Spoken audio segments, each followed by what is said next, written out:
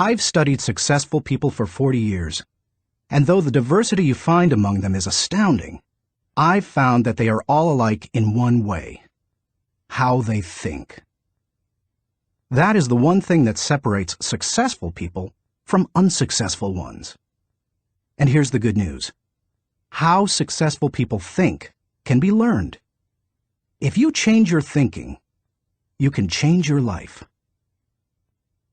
Why you should change your thinking. It's hard to overstate the value of changing your thinking. Good thinking can do many things for you: generate revenue, solve problems, and create opportunities. It can take you to a whole new level, personally and professionally. It really can change your life. Consider some things you need to know about changing your thinking. 1. Changed thinking is not automatic. Sadly, a change in thinking doesn't happen on its own. Good ideas rarely go out and find someone. If you want to find a good idea, you must search for it. If you want to become a better thinker, you need to work at it. And once you begin to become a better thinker, the good ideas keep coming. In fact, the amount of good thinking you can do at any time depends primarily on the amount of good thinking you are already doing. 2. Changed thinking is difficult. When you hear someone say, "Now this is just off the top of my head," expect dandruff. The only people who believe thinking is easy are those who don't habitually engage in it. Nobel Prize-winning physicist Albert Einstein, one of the best thinkers who ever lived, asserted, "Thinking is hard work. That's why so few do it." Because thinking is so difficult, you want to use anything you can to help you improve the process. 3. Changed thinking is worth the investment. Author Napoleon Hill observed, "More gold has been mined from the thoughts of man than has ever been taken from the earth." When you take the time to learn how to change your thinking and become a better thinker, you are investing in yourself. Gold mines tap out. Stock markets crash. Real estate investments can go sour, but a human mind with the ability to think well is like a diamond mine that never runs out. It's priceless. How to become a better thinker. Do you want to master the process of good thinking? Do you want to be a better thinker tomorrow than you are today? Then you need to engage in an ongoing process that improves your thinking. I recommend you do the following. 1. Expose yourself to good input. Good thinkers always prime the pump of ideas. They always look for things to get the thinking process started, because what you put in always impacts what comes out. Read books, review trade magazines, listen to tapes, and spend time with good thinkers. And when something intrigues you, whether it's someone else's idea or the seed of an idea that you've come up with yourself, keep it in front of you. Put it in writing and keep it somewhere in your favorite thinking place to stimulate your thinking. 2. Expose yourself to good thinkers. Spend time with the right people. As I worked on this section and bounced my ideas off of some key people so that my thoughts would be stretched, I realized something about myself. All of the people in my life whom I consider to be close friends or colleagues are thinkers. Now, I love all people. I try to be kind to everyone I meet, and I desire to add value to as many people as I can through conferences, books, audio lessons, etc. But the people I seek out and choose to spend time with all challenge me with their thinking and their actions. They are constantly trying to grow and learn. That's true of my wife Margaret, my close friends, and the executives who run my companies. Every one of them is a good thinker. The writer of Proverbs observed that sharp people sharpen one another, just as iron sharpens iron. If you want to be a sharp thinker, be around sharp people. 3. Choose to think good thoughts. To become a good thinker, you must become intentional about the thinking process. Regularly put yourself in the right place to think, shape, stretch, and land your thoughts. Make it a priority. Remember, thinking is a discipline.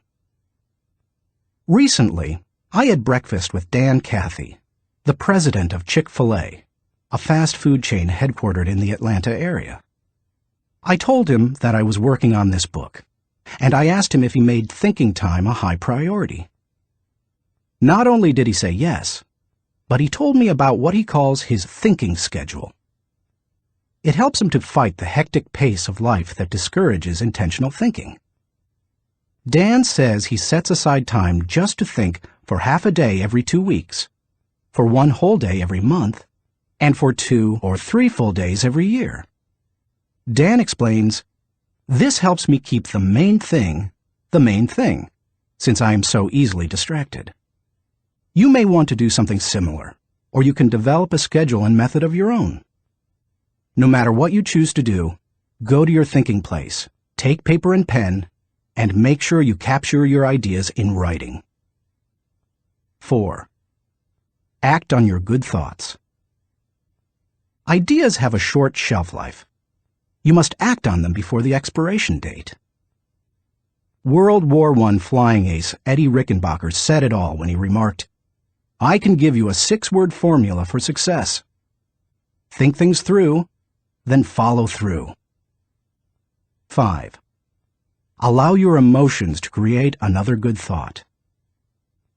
To start the thinking process, you cannot rely on your feelings. In Failing Forward, I wrote that you can act your way into feeling long before you can feel your way into action. If you wait until you feel like doing something, you will likely never accomplish it. The same is true for thinking. You cannot wait until you feel like thinking to do it. However, I found that once you engage in the process of good thinking, you can use your emotions to feed the process and create mental momentum. Try it for yourself. After you go through the disciplined process of thinking and enjoy some success, allow yourself to savor the moment and try riding the mental energy of that success. If you're like me, it's likely to spur additional thoughts and productive ideas. 6. Repeat the process. One good thought does not make a good life. The people who have one good thought and try to ride it for an entire career often end up unhappy or destitute. They are the one-hit wonders, the one-book authors, the one-message speakers, the one-time inventors who spend their life struggling to protect or promote their single idea.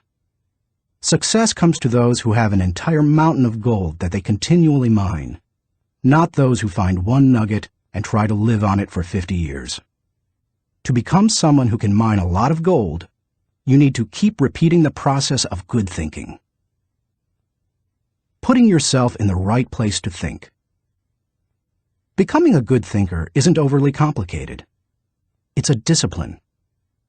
If you do the 6 things I have outlined, you will set yourself up for a lifestyle of better thinking. But what do you do to come up with specific ideas on a day-to-day basis? I want to teach you the process that I've used to discover and develop good thoughts. It's certainly not the only one that works, but it has worked well for me. 1. Find a place to think your thoughts. If you go to your designated place to think, expecting to generate good thoughts, then eventually you will come up with some. Where is the best place to think? Everybody's different. Some people think best in the shower. Others, like my friend Dick Biggs, like to go to a park. For me, the best places to think are in my car, on planes, and in the spa. Ideas come to me in other places as well, such as when I'm in bed. I keep a special lighted writing pad on my nightstand for such times. I believe I often get thoughts because I make it a habit to frequently go to my thinking places. If you want to consistently generate ideas, you need to do the same thing. Find a place where you can think and plan to capture your thoughts on paper so that you don't lose them. When I found a place to think my thoughts found a place in me. 2. Find a place to shape your thoughts.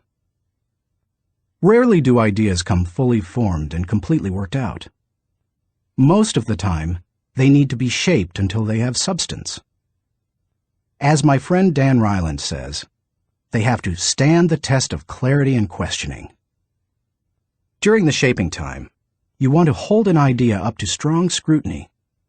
Many times a thought that seemed outstanding late at night looks pretty silly in the light of day. Ask questions about your ideas. Fine-tune them. One of the best ways to do that is to put your thoughts in writing. Professor, college president, and U.S. Senator S.I. Hayakawa wrote, "Learning to write is learning to think. You don't know anything clearly unless you can state it in writing." As you shape your thoughts, you find out whether an idea has potential. You learn what you have. You also learn some things about yourself. The shaping time thrills me because it embodies humor. The thoughts that don't work often provide comic relief. Humility. The moments when I connect with God awe me. Excitement.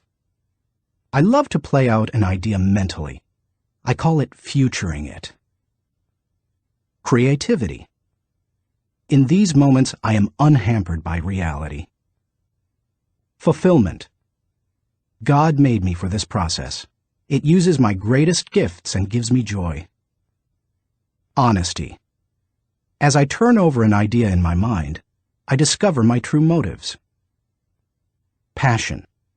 When you shape a thought, you find out what you believe and what really counts. Change. Most of the changes I have made in my life resulted from thorough thinking on a subject. You can shape your thoughts almost anywhere.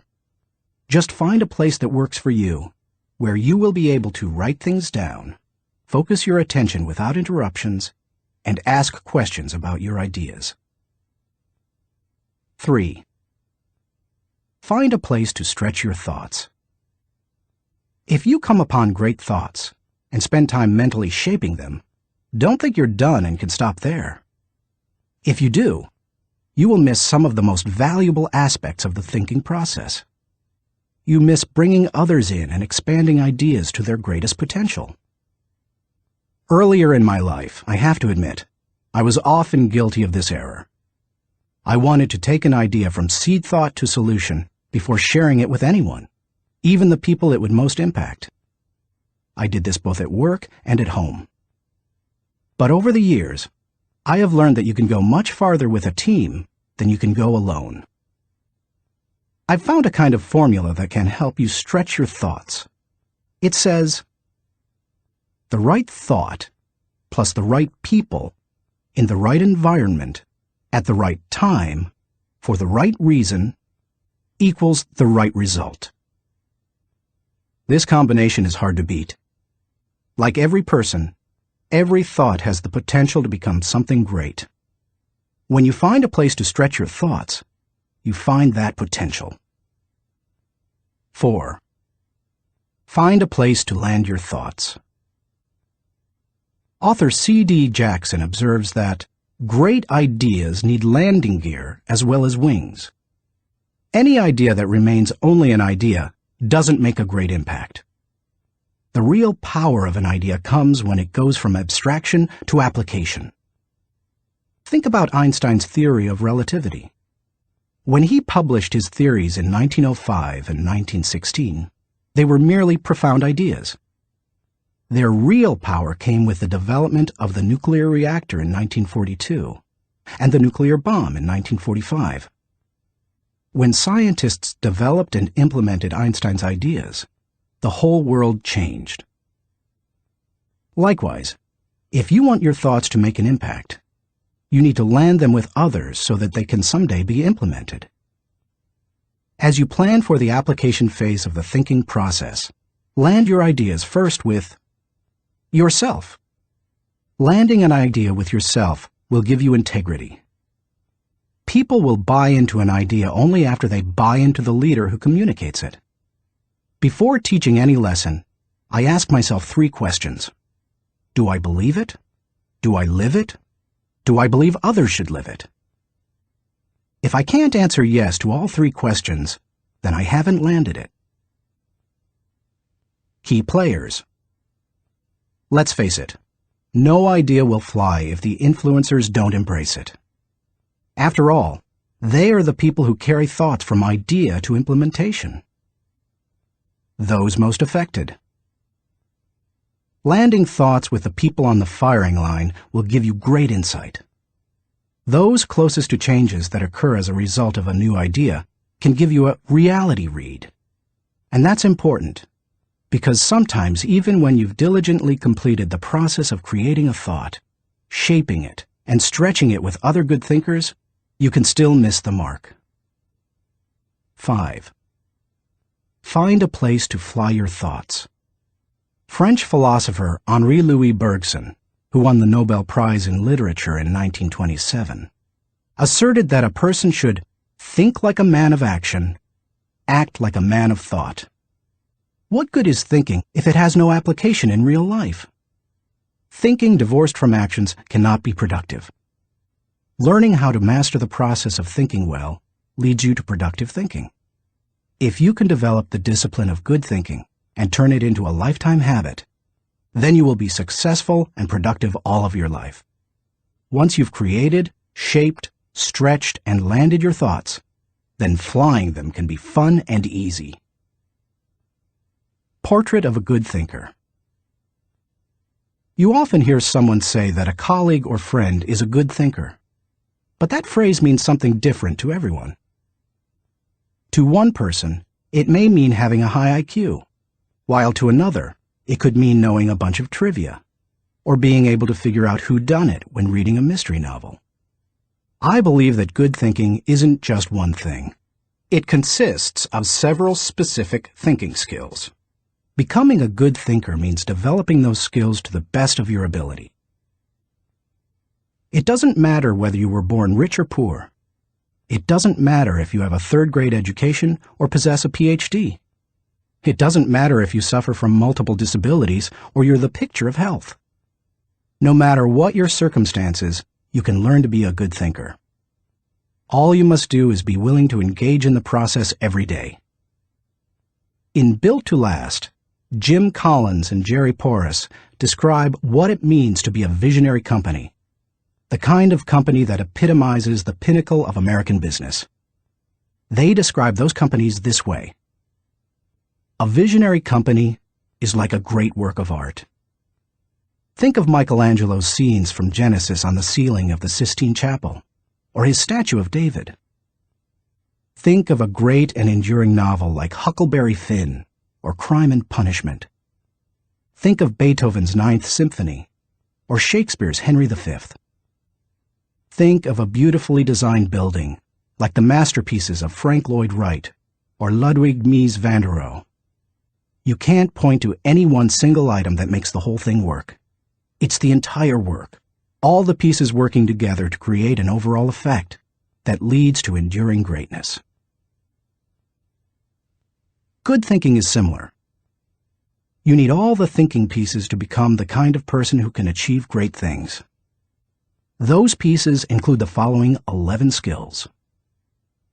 Seeing the wisdom of big picture thinking. Unleashing the potential of focused thinking. Discovering the joy of creative thinking.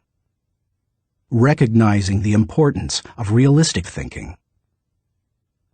Releasing the power of strategic thinking. Feeling the energy of possibility thinking. Embracing the lessons of reflective thinking. Questioning the acceptance of popular thinking. Encouraging the participation of shared thinking. Experiencing the satisfaction of unselfish thinking. Enjoying the return of bottom-line thinking. As you read the chapters dedicated to each kind of thinking, you will discover that they do not try to tell you what to think. They attempt to teach you how to think. As you become acquainted with each skill, you will find that some you do well, others you don't. Learn to develop each of those kinds of thinking, and you will become a better thinker. Master all that you can, including the process of shared thinking, which helps you compensate for your weak areas, and your life will change. How successful people think. Chapter 1. Cultivate big picture thinking. Where success is concerned, people are not measured in inches or pounds or college degrees or family background. They are measured by the size of their thinking. David Schwartz. Big picture thinking can benefit any person in any profession. When somebody like Jack Welch tells a GE employee that the ongoing relationship with a customer is more important than the sale of an individual product, he's reminding them of the big picture. When two parents are fed up with potty training, poor grades, or fender benders, and one reminds the other that the current difficult time is only a temporary season, then they benefit from thinking big picture. Real estate developer Donald Trump quipped, "You have to think anyway, so why not think big?" Big picture thinking brings wholeness and maturity to a person's thinking. It brings perspective. It's like making the frame of a picture bigger, in the process expanding not only what you can see, but what you are able to do. Spend time with big picture thinkers, and you will find that they learn continually. Big picture thinkers are never satisfied with what they already know. They are always visiting new places, reading new books, meeting new people, learning new skills. And because of that practice, they often are able to connect the unconnected. They are lifelong learners. To help me maintain a learner's attitude, I spend a few moments every morning thinking about my learning opportunities for the day. As I review my calendar and to-do list, knowing whom I will meet that day, what I will read, which meetings I will attend, I note where I am most likely to learn something. Then I mentally cue myself to look attentively for something that will improve me in that situation. If you desire to keep learning, I want to encourage you to examine your day and look for opportunities to learn. Listen intentionally. An excellent way to broaden your experience is to listen to someone who has expertise in an area where you don't. I search for such opportunities. One year I spoke to about 900 coaches and scouts at the Senior Bowl, where graduating football players participate in their last college game. I had the opportunity, along with my son-in-law Steve Miller, to have dinner with NFL head coaches Dave Wanstead and Butch Davis. It's not often that you get such an opportunity, so I asked them questions about teamwork and spent a lot of time listening to them. At the end of the evening, as Steve and I were walking to our car, he said to me, "John, I bet you asked those coaches 100 questions tonight." "If I'm going to learn and grow," I replied, "I must know what questions to ask and know how to apply the answers to my life." Listening has taught me a lot more than talking. When you meet with people, it's good to have an agenda so that you can learn. It's a great way to partner with people who can do things you can't. Big picture thinkers recognize that they don't know lots of things. They frequently ask penetrating questions to enlarge their understanding and thinking. If you want to become a better big picture thinker, then become a good listener. Look expansively.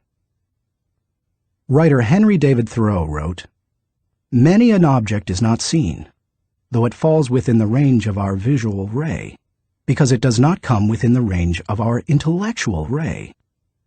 Human beings habitually see their own world first. For example, when people arrive at a leadership conference put on by my company, Enjoy, they want to know where they're going to park, whether they will be able to get a good and comfortable seat, whether the speaker will be on, and if the breaks will be spaced right. When I arrive to speak at the same conference, I want to know that the lighting is good, the sound equipment is operating effectively, whether the speaker's platform will be close enough to the people, etc. Who you are determines what you see and how you think. Big picture thinkers realize there is a world out there besides their own, and they make an effort to get outside of themselves and see other people's worlds through their eyes. It's hard to see the picture while inside the frame. To see how others see, you must first find out how they think. Becoming a good listener certainly helps with that. So does getting over your personal agenda and trying to take the other person's perspective. Live completely. French essayist Michel de Montaigne wrote, "The value of life lies not in the length of days, but in the use we make of them. A man may live long, yet live very little. The truth is that you can spend your life any way you want, but you can spend it only once." Becoming a big picture thinker can help you to live with wholeness, to live a very fulfilling life. People who see the big picture expand their experience because they expand their world. As a result, they accomplish more than narrow-minded people, and they experience fewer unwanted surprises too, because they are more likely to see the many components involved in any given situation: issues, people, relationships, timing, and values. They are also, therefore, usually more tolerant of other people and their thinking. Why you should receive the wisdom of big picture thinking. Intuitively, you probably recognize big picture thinking as beneficial. Few people want to be closed-minded. No one sets out to be that way. But just in case you're not completely convinced, consider several specific reasons why you should make the effort to become a better big picture thinker. 1. Big picture thinking allows you to lead. You can find many big picture thinkers who aren't leaders, but you will find few leaders who are not big picture thinkers. Leaders must be able to do many important things for their people. See the vision before their people do. They also see more of it. This allows them to size up situations, taking into account many variables.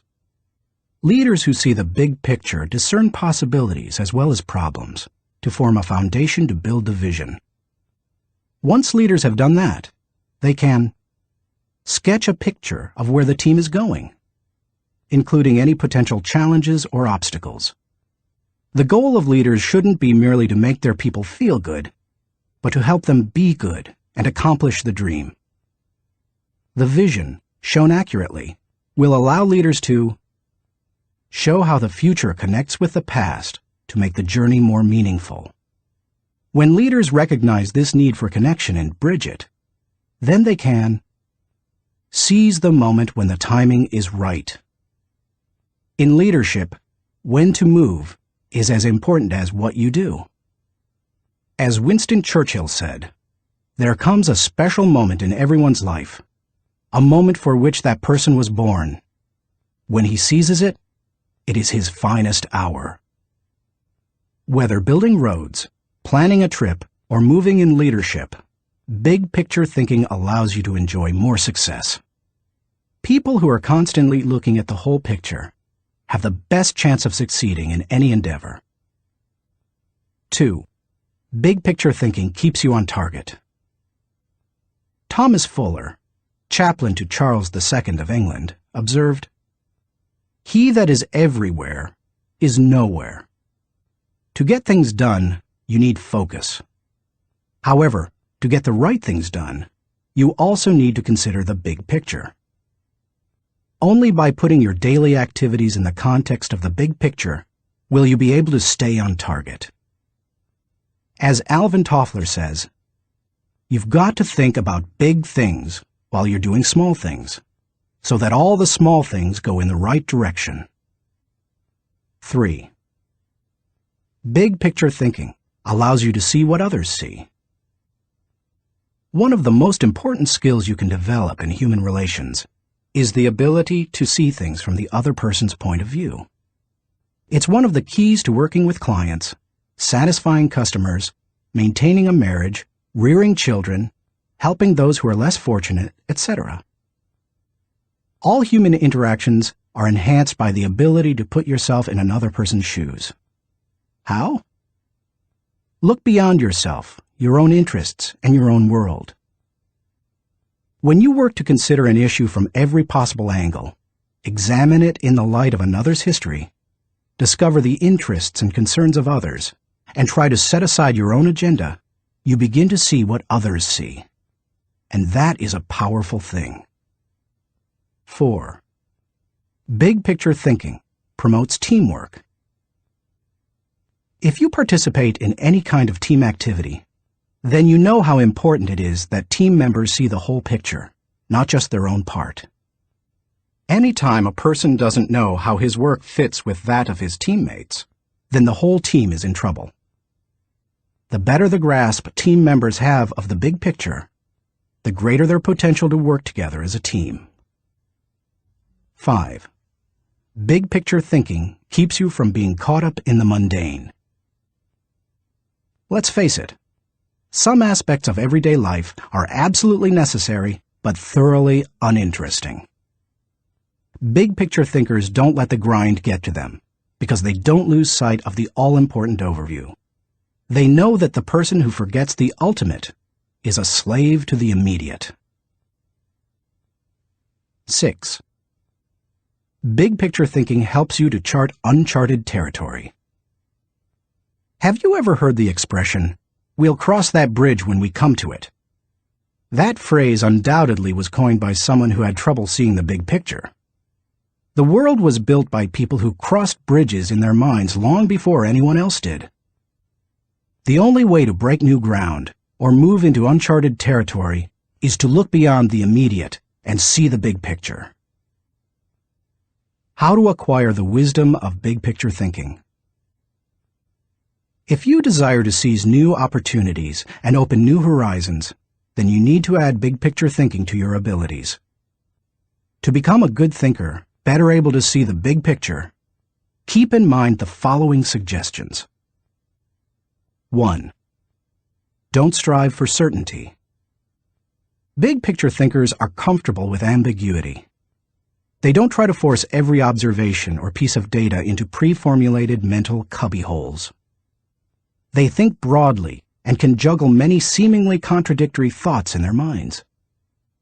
If you want to cultivate the ability to think big picture, then you must get used to embracing and dealing with complex and diverse ideas. 2. Learn from every experience.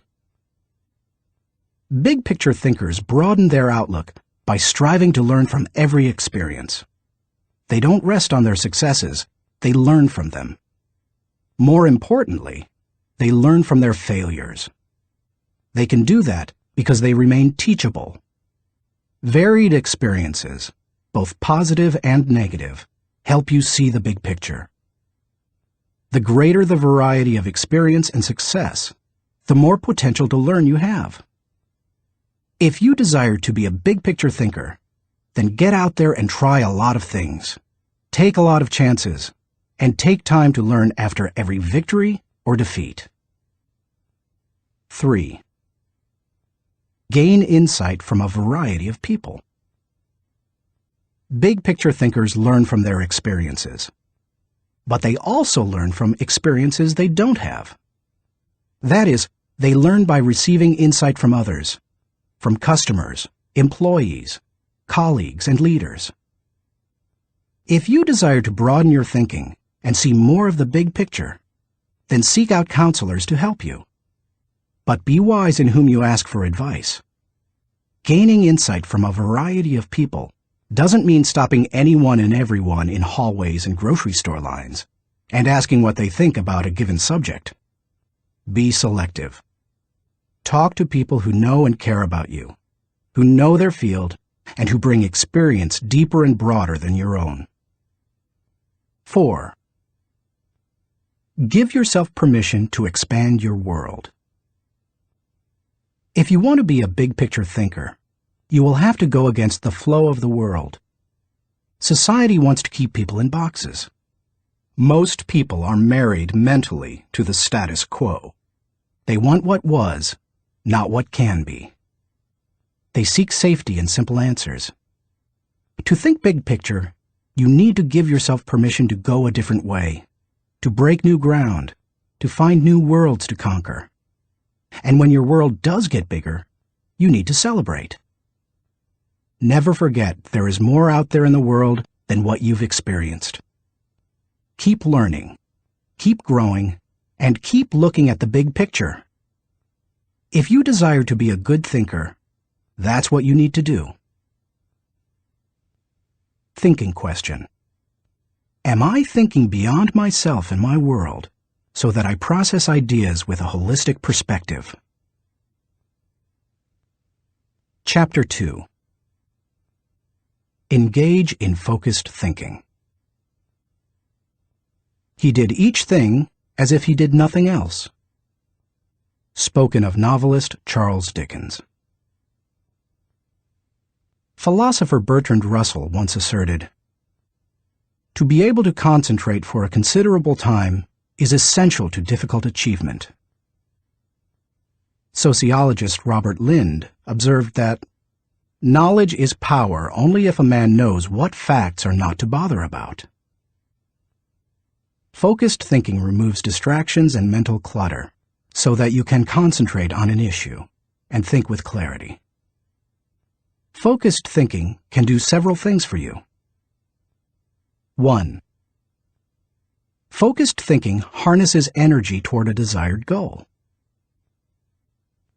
Focus can bring energy and power to almost anything, whether physical or mental.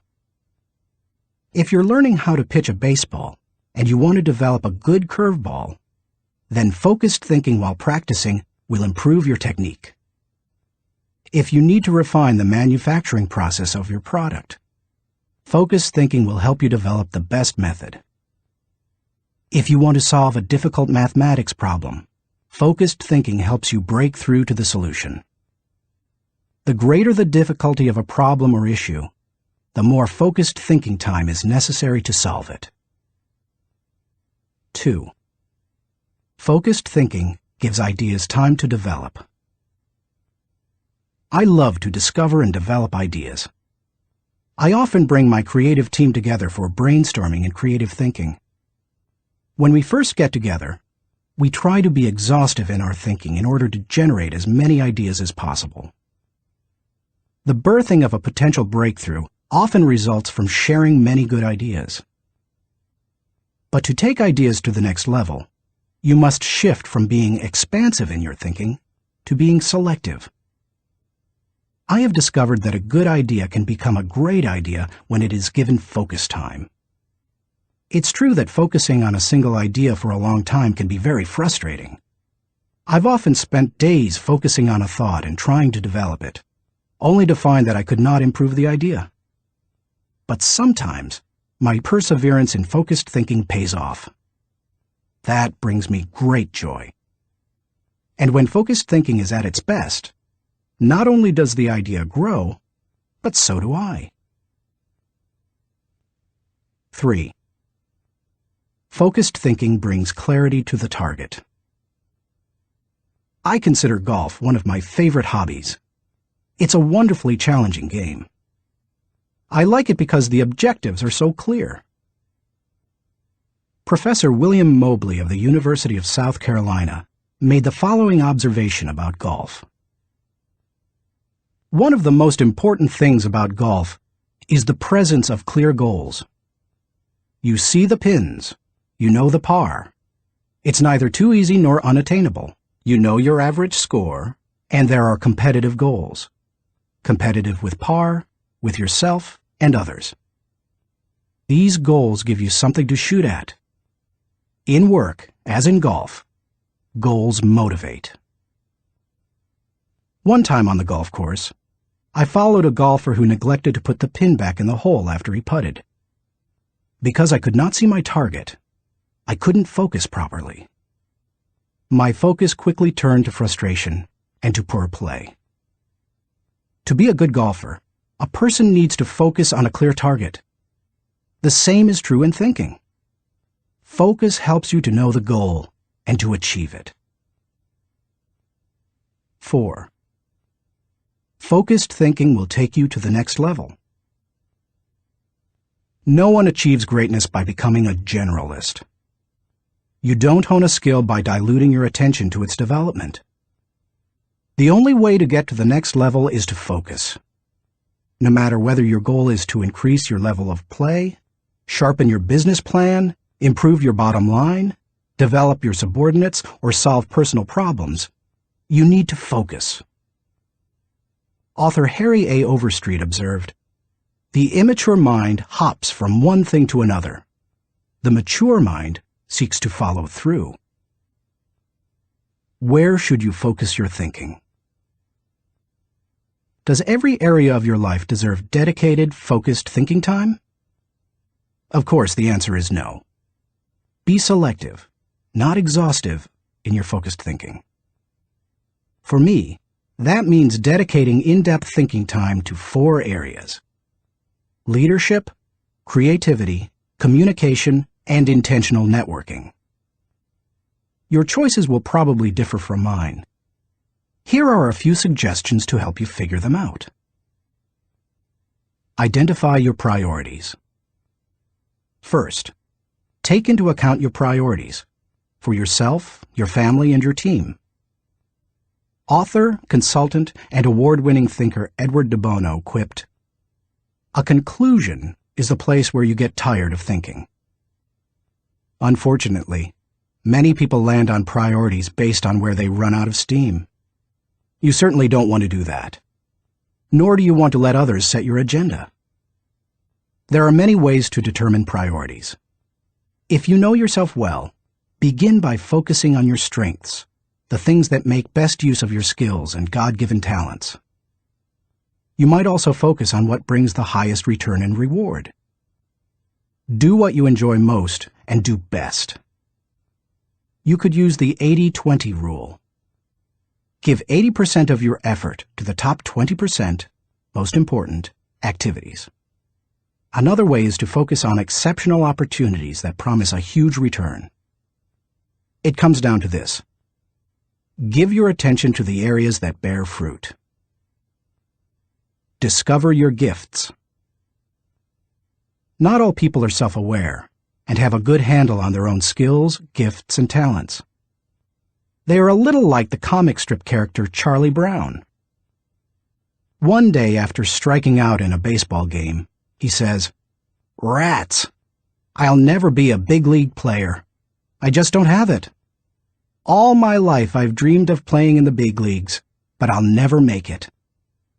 To which Lucy replies, "Charlie Brown, you're thinking too far ahead. What you need to do is set more immediate goals for yourself." For a moment, Charlie Brown sees a ray of hope. "Immediate goals?" he says. "Yes," answers Lucy. "Start with the next inning.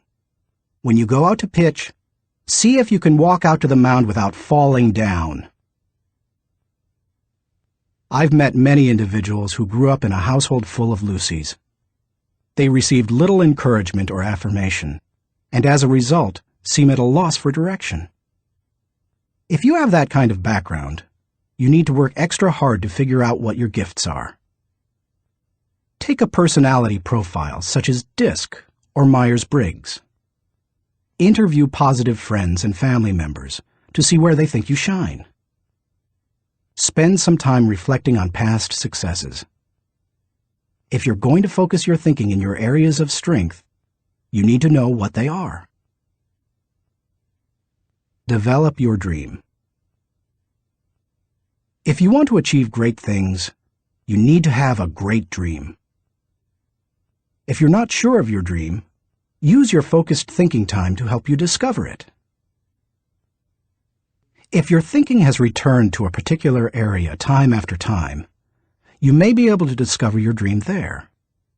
Give it more focused time and see what happens. Once you find your dream, move forward without second-guessing. Take the advice of Satchel Paige. Don't look back. Something might be gaining on you. The younger you are, the more likely you will give your attention to many things. That's good, Because if you're young, you're still getting to know yourself, your strengths and weaknesses. If you focus your thinking on only one thing and your aspirations change, then you've wasted your best mental energy. As you get older and more experienced, the need to focus becomes more critical. The farther and higher you go, the more focused you can be, and need to be. How can you stay focused? Once you have a handle on what you should think about, you must decide how to better focus on it. Here are 5 suggestions to help you with the process. 1. Remove distractions. Removing distractions is no small matter in our current culture, but it's critical. How do you do it? First, by maintaining the discipline of practicing your priorities.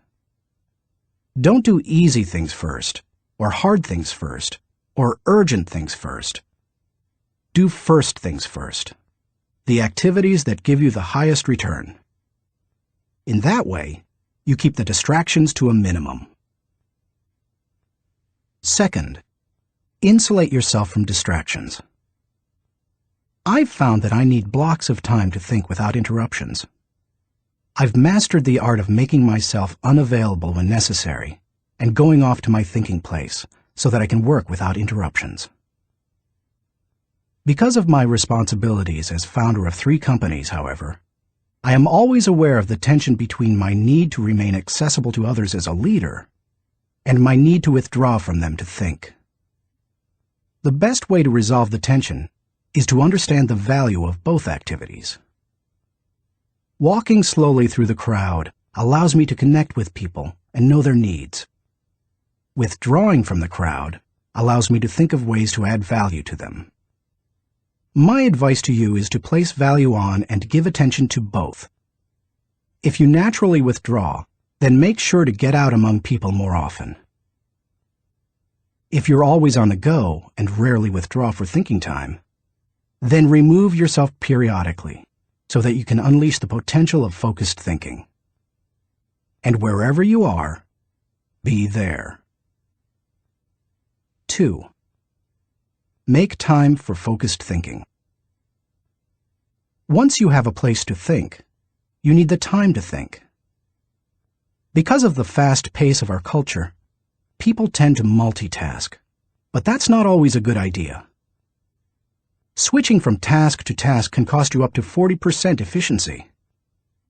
According to researchers, if you're trying to accomplish many things at the same time, you'll get more done by focusing on one task at a time, not by switching constantly from one task to another.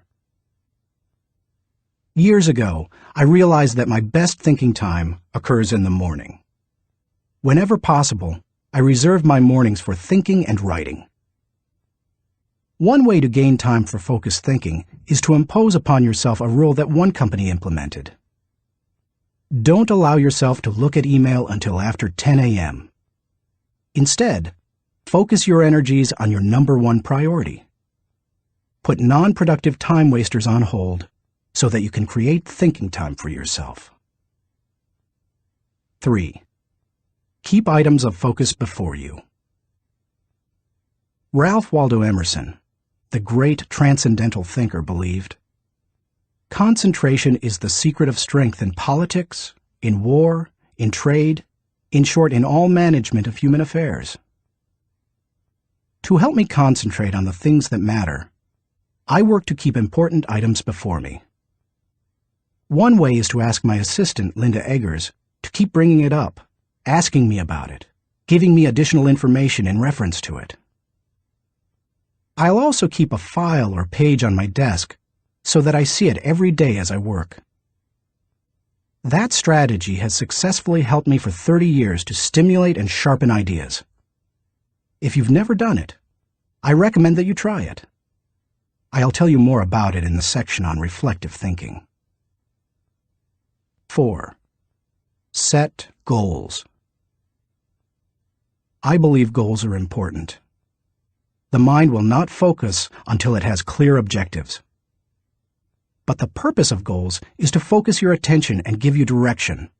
not to identify a final destination. As you think about your goals, note that they should be clear enough to be kept in focus, close enough to be achieved, helpful enough to change lives.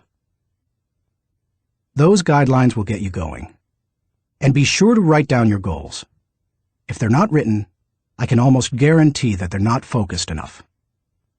And if you really want to make sure they're focused, take the advice of David Belasco, who says, "If you can't write your idea on the back of my business card, you don't have a clear idea."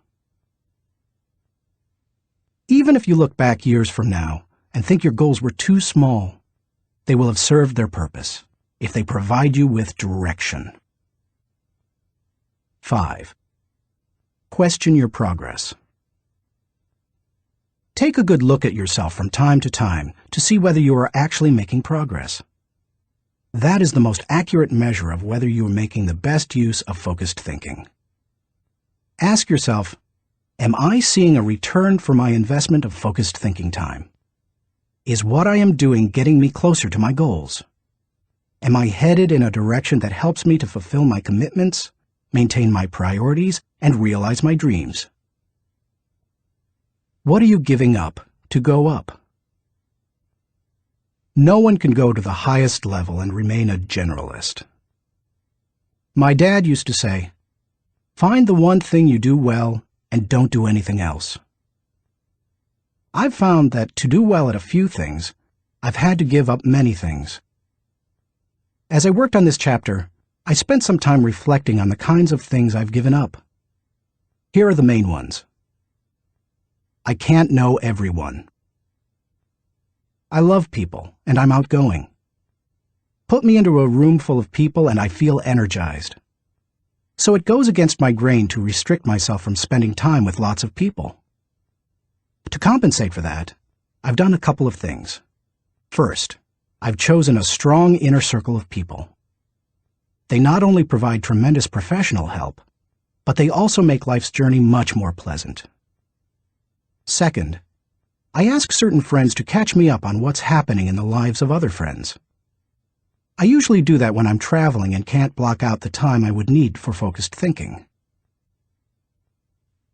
I can't do everything. There are only a few exceptional opportunities in any person's lifetime.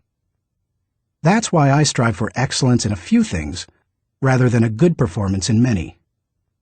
That's cost me. Because of my workload, I also have to skip doing many things that I would love to do. For example, every week I hand off projects that I think would be fun to do myself. I practice the 10-80-10 principle with the people to whom I'm delegating a task. I help with the first 10% by casting vision, laying down parameters, providing resources, and giving encouragement. Then, once they've done the middle 80%, I come alongside them again and help them take whatever it is the rest of the way, if I can. I call it putting the cherry on top. I can't go everywhere. Every conference speaker and author has to travel a lot. Before I began doing much speaking, that seemed like a glamorous life. But after logging several million miles, I know what kind of a toll it can take. Ironically, I still love traveling for pleasure with my wife Margaret. It's one of our great joys. She and I could take 10 vacations a year and enjoy every one of them. Yet we can't because so much of my time is consumed doing what I was called to do: help people to grow personally and to develop as leaders. I can't be well-rounded. Being focused also keeps me from being well-rounded. I tell people, 99% of everything in life I don't need to know about. I try to focus on the 1% that gives me the highest return. And of the remaining 99, Margaret keeps me aware of whatever I need to know. It's one of the ways I keep from getting totally out of balance in my life. Being willing to give up some of the things you love in order to focus on what has the greatest impact isn't an easy lesson to learn. But the earlier you embrace it, the sooner you can dedicate yourself to excellence in what matters most. Thinking question. Am I dedicated to removing distractions and mental clutter so that I can concentrate with clarity on the real issue? Chapter 3. Harness Creative Thinking. The joy is in creating, not maintaining. Vince Lombardi, NFL Hall of Fame coach. Creativity is pure gold, no matter what you do for a living. Annette Moser-Wellman, author of The 5 Faces of Genius, asserts, "The most valuable resource you bring to your work and to your firm is your creativity. More than what you get done, more than the role you play, more than your title, more than your output, it's your ideas that matter." Despite the importance of a person's ability to think with creativity, few people seem to possess the skill in abundance. If you're not as creative as you would like to be, you can change your way of thinking. Creative thinking isn't necessarily original thinking. In fact, I think people mythologize original thought. Most often, creative thinking is a composite of other thoughts discovered along the way. Even the great artists, whom we consider highly original, learned from their masters, modeled their work on that of others, and brought together a host of ideas and styles to create their own work. Study art, and you will see threads that run through the work of all artists and artistic movements, connecting them to other artists who went before them. Characteristics of creative thinkers. Perhaps you're not even sure what I mean when I ask whether you are a creative thinker. Consider some characteristics that creative thinkers have in common. Creative thinkers value ideas.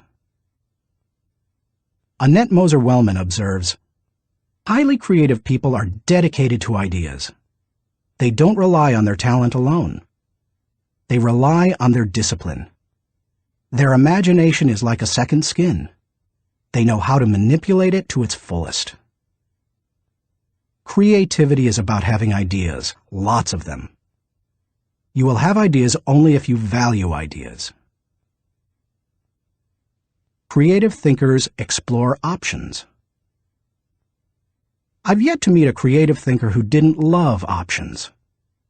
Exploring a multitude of possibilities helps to stimulate the imagination, and imagination is crucial to creativity. As Albert Einstein put it, imagination is more important than knowledge. People who know me well will tell you that I place a very high value on options. Why? Because they provide the key to finding the best answer, not the only answer. Good thinkers come up with the best answers. They create backup plans that provide them with alternatives. They enjoy freedom that others do not possess, and they will influence and lead others. Creative thinkers embrace ambiguity.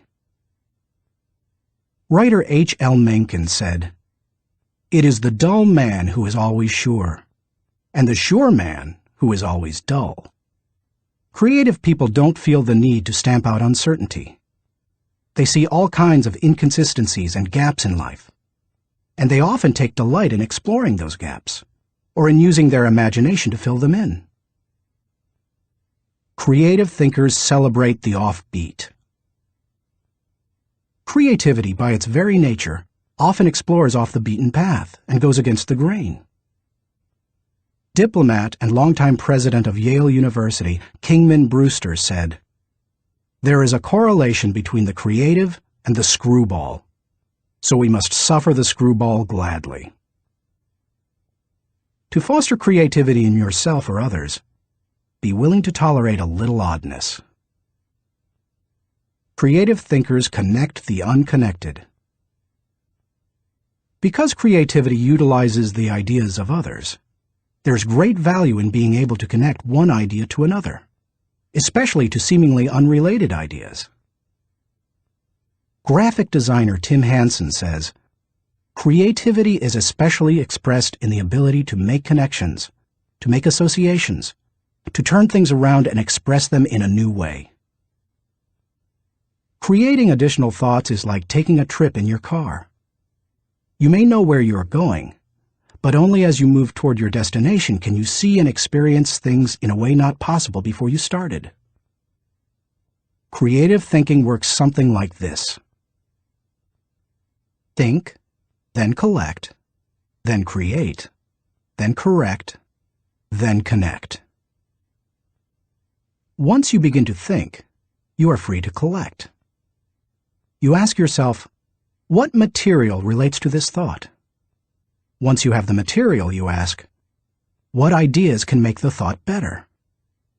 That can start to take an idea to the next level.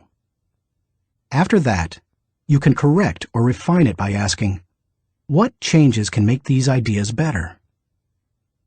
Finally, you connect the ideas by positioning them in the right context to make the thought complete and powerful. Creative thinkers don't fear failure. Creativity demands the ability to be unafraid of failure, because creativity equals failure. You may be surprised to hear such a statement, but it's true. Charles Frankel asserts that anxiety is the essential condition of intellectual and artistic creation. Creativity requires a willingness to look stupid.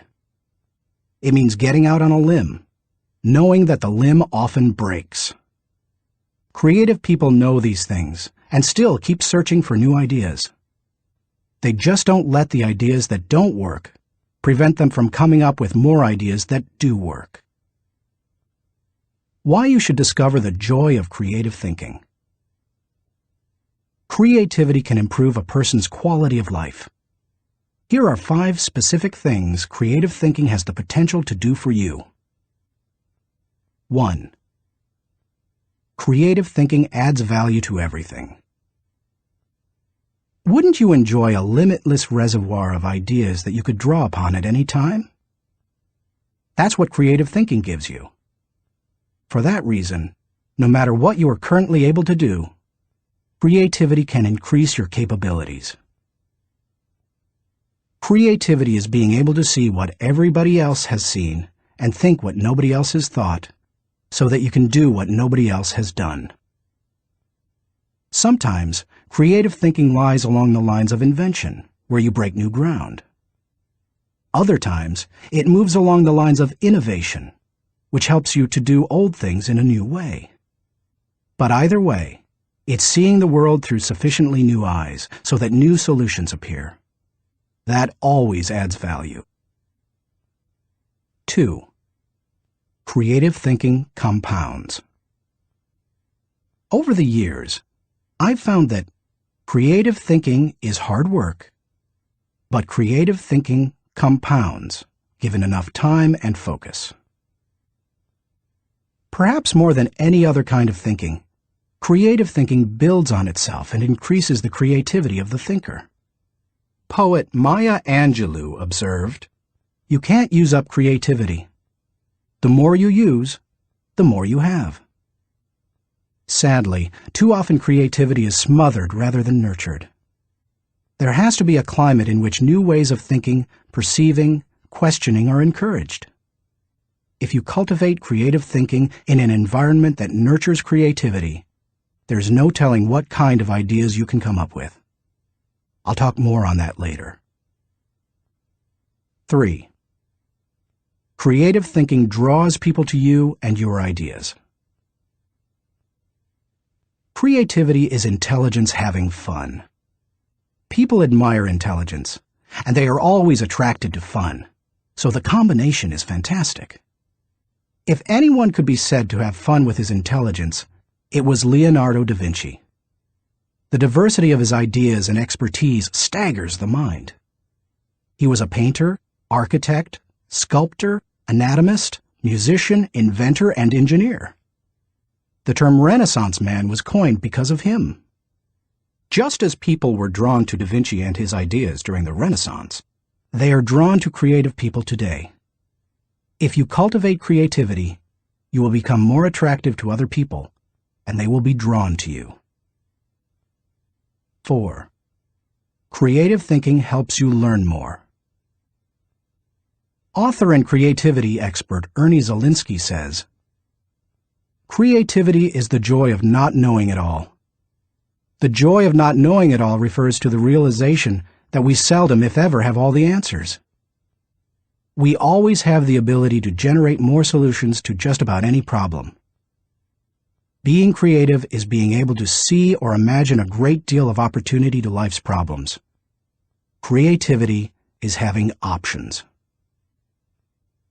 It almost seems too obvious to say, but if you are always actively seeking new ideas, you will learn. Creativity is teachability. It's seeing more solutions than problems. And the greater the quantity of thoughts, the greater the chance for learning something new. 5. Creative thinking challenges the status quo.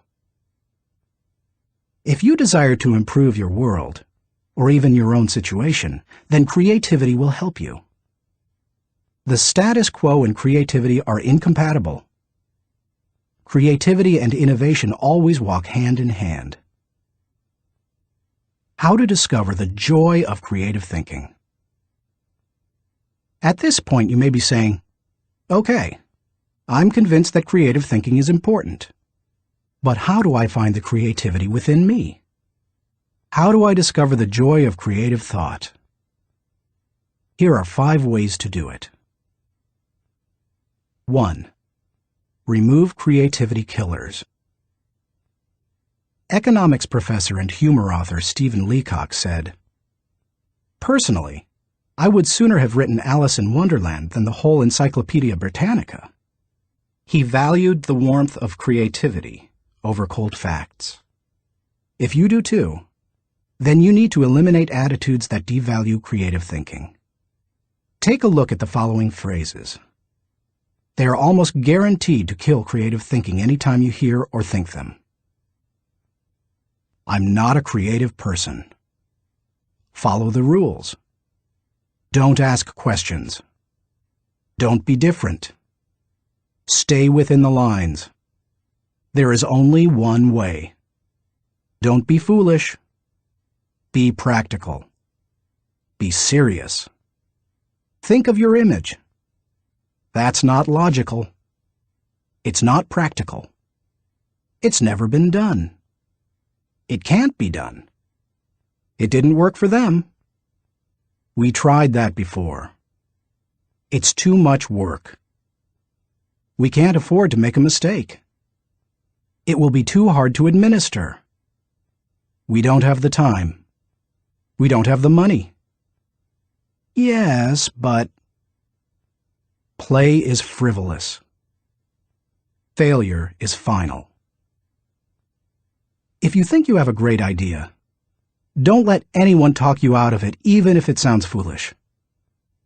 Don't let yourself or anyone else subject you to creativity killers.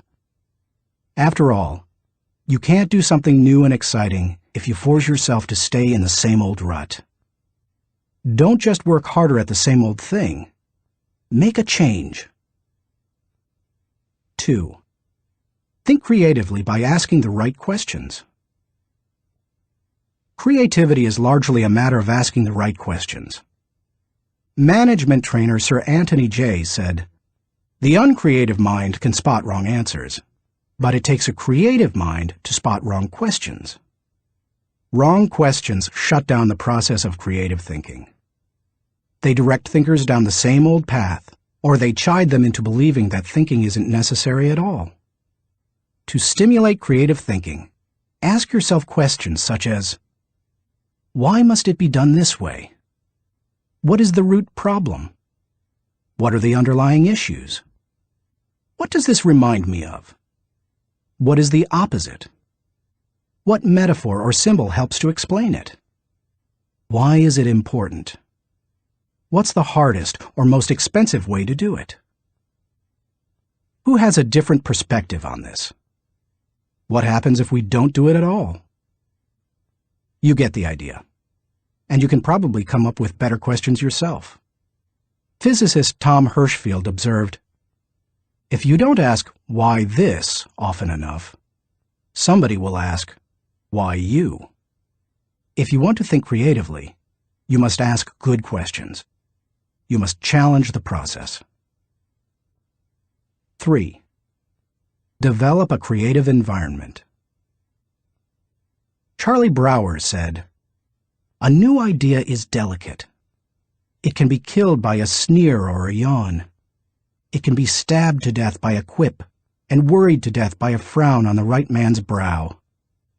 Negative environments kill thousands of great ideas every minute." A creative environment, on the other hand, becomes like a greenhouse where ideas get seeded, sprout up, and flourish. A creative environment encourages creativity. David Hills says, "Studies of creativity suggest that the biggest single variable of whether or not employees will be creative is whether they perceive they have permission. When innovation and good thinking are openly encouraged and rewarded, then people see that they have permission to be creative." A creative environment places a high value on trust among team members and individuality. Creativity always risks failure. That's why trust is so important to creative people. In the creative process, trust comes from people working together, from knowing that people on the team have experience launching successful, creative ideas, and from the assurance that creative ideas won't go to waste because they will be implemented. A creative environment embraces those who are creative. Creative people celebrate the offbeat. How should creative people be treated? I take the advice of Tom Peters. Weed out the dullards, nurture the nuts. I do that by spending time with them, which I enjoy anyway. I especially like to pull people into brainstorming sessions. People look forward to an invitation to such meetings because the time will be filled with energy, ideas, and laughter. And the odds are high that a new project, seminar, or business strategy will result. When that happens, they also know a party's coming. A creative environment focuses on innovation, not just invention. Sam Weston, creator of the popular action figure G.I. Joe, said, "Truly groundbreaking ideas are rare, but you don't necessarily need one to make a career out of creativity." My definition of creativity is the logical combination of two or more existing elements that result in a new concept. The best way to make a living with your imagination is to develop innovative applications, not imagine completely new concepts. Creative people say, "Give me a good idea, and I'll give you a better idea." A creative environment is willing to let people go outside the lines. Most people automatically stay within lines, even if those lines have been arbitrarily drawn or are terribly out of date. Remember, most limitations we face are not imposed on us by others. We place them on ourselves. Lack of creativity often falls into that category. If you want to be more creative, challenge boundaries. Inventor Charles Kettering said, "All human development, no matter what form it takes, must be outside the rules. Otherwise, we would never have anything new." A creative environment takes that into account. A creative environment appreciates the power of a dream. A creative environment promotes the freedom of a dream. A creative environment encourages the use of a blank sheet of paper and the question, if we could draw a picture of what we want to accomplish, what would that look like? A creative environment allowed Martin Luther King Jr. to speak with passion and declare to millions, "I have a dream," not "I have a goal." Goals may give focus, but dreams give power. Dreams expand the world.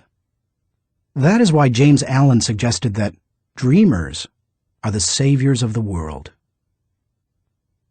The more creativity-friendly you can make your environment, the the more potential it has to become creative. 4. Spend time with other creative people. What if the place you work has an environment hostile to creativity, and you possess little ability to change it? One possibility is to change jobs. But what if you desire to keep working there despite the negative environment?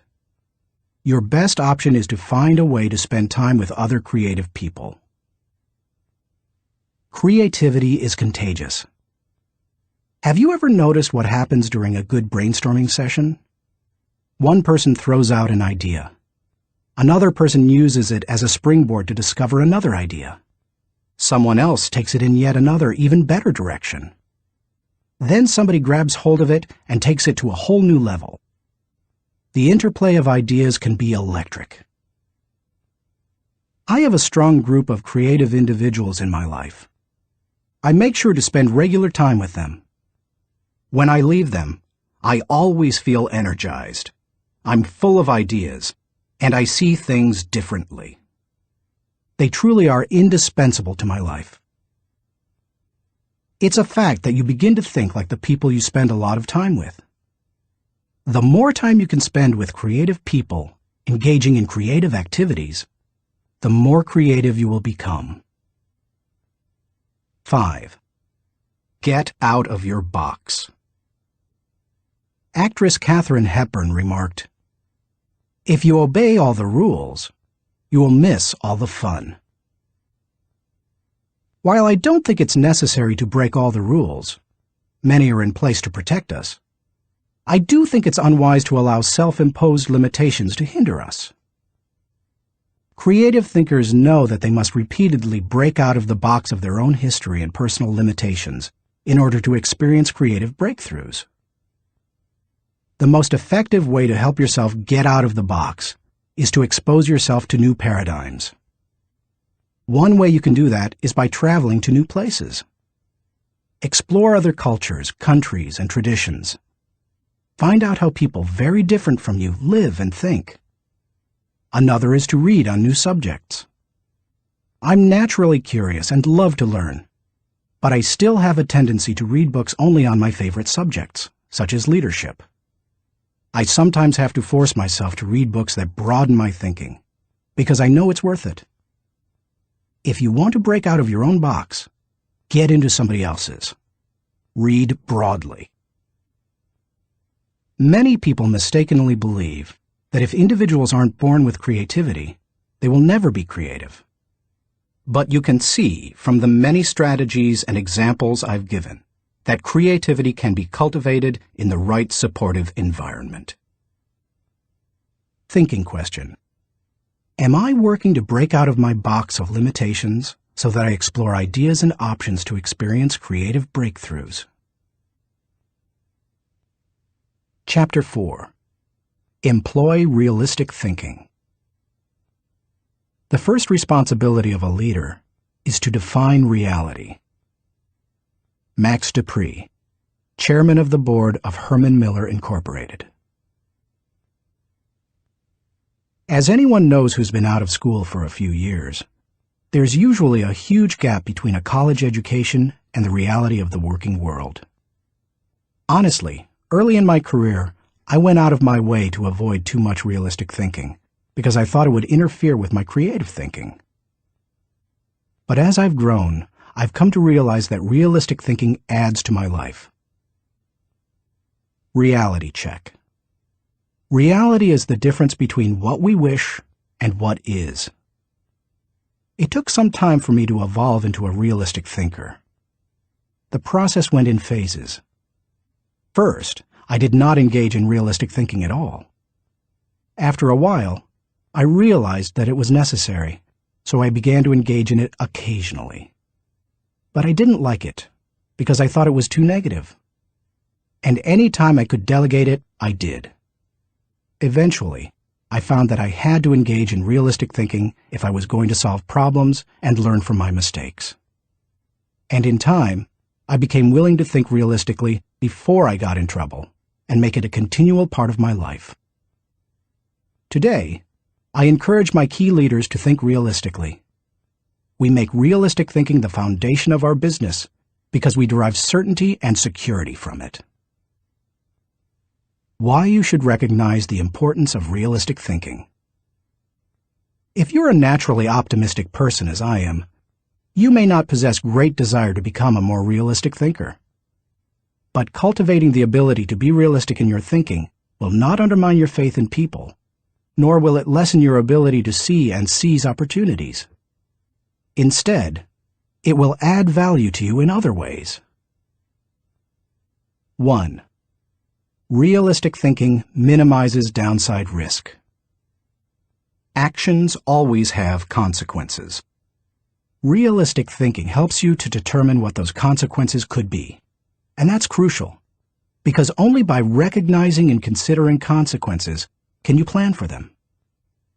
If you plan for the worst-case scenario, you can minimize the downside risk. 2. Realistic thinking gives you a target and a game plan. I've known business people who were not realistic thinkers. Here's the good news. They were very positive and had a high degree of hope for their business. Here's the bad news. Hope is not a strategy. Realistic thinking leads to excellence in leadership and management because it requires people to face reality. They begin to define their target and develop a game plan to hit it. When people engage in realistic thinking, they also begin to simplify practices and procedures, which results in better efficiency. Truthfully, in business, only a few decisions are important. Realistic thinkers understand the difference between the important decisions and those that are merely necessary in the normal course of business. The decisions that matter relate directly to your purpose. James Allen was right when he wrote, "Until thought is linked with purpose, there is no intelligent accomplishment." 3. Realistic thinking is a catalyst for change. People who rely on hope for their success rarely make change a high priority. If you have only hope, you imply that achievement and success are out of your hands. It's a matter of luck or chance. Why bother changing? Realistic thinking can dispel that kind of wrong attitude. There's nothing like staring reality in the face to make a person recognize the need for change. Change alone doesn't bring growth, but you cannot have growth without change. 4. Realistic thinking provides security. Anytime you have thought through the worst that can happen, and you have developed contingency plans to meet it, you become more confident and secure.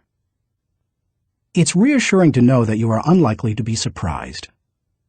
Disappointment is the difference between expectations and reality. Realistic thinking minimizes the difference between the two. 5. Realistic thinking gives you credibility. Realistic thinking helps people to buy into the leader and his or her vision. Leaders continually surprised by the unexpected soon lose credibility with their followers. On the other hand, leaders who think realistically and plan accordingly position their organizations to win. That gives their people confidence in them. The best leaders ask realistic questions before casting vision. They ask themselves things like, is it possible? Does this dream include everyone or just a few?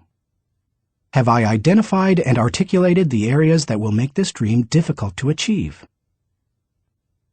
6. Realistic thinking provides a foundation to build on.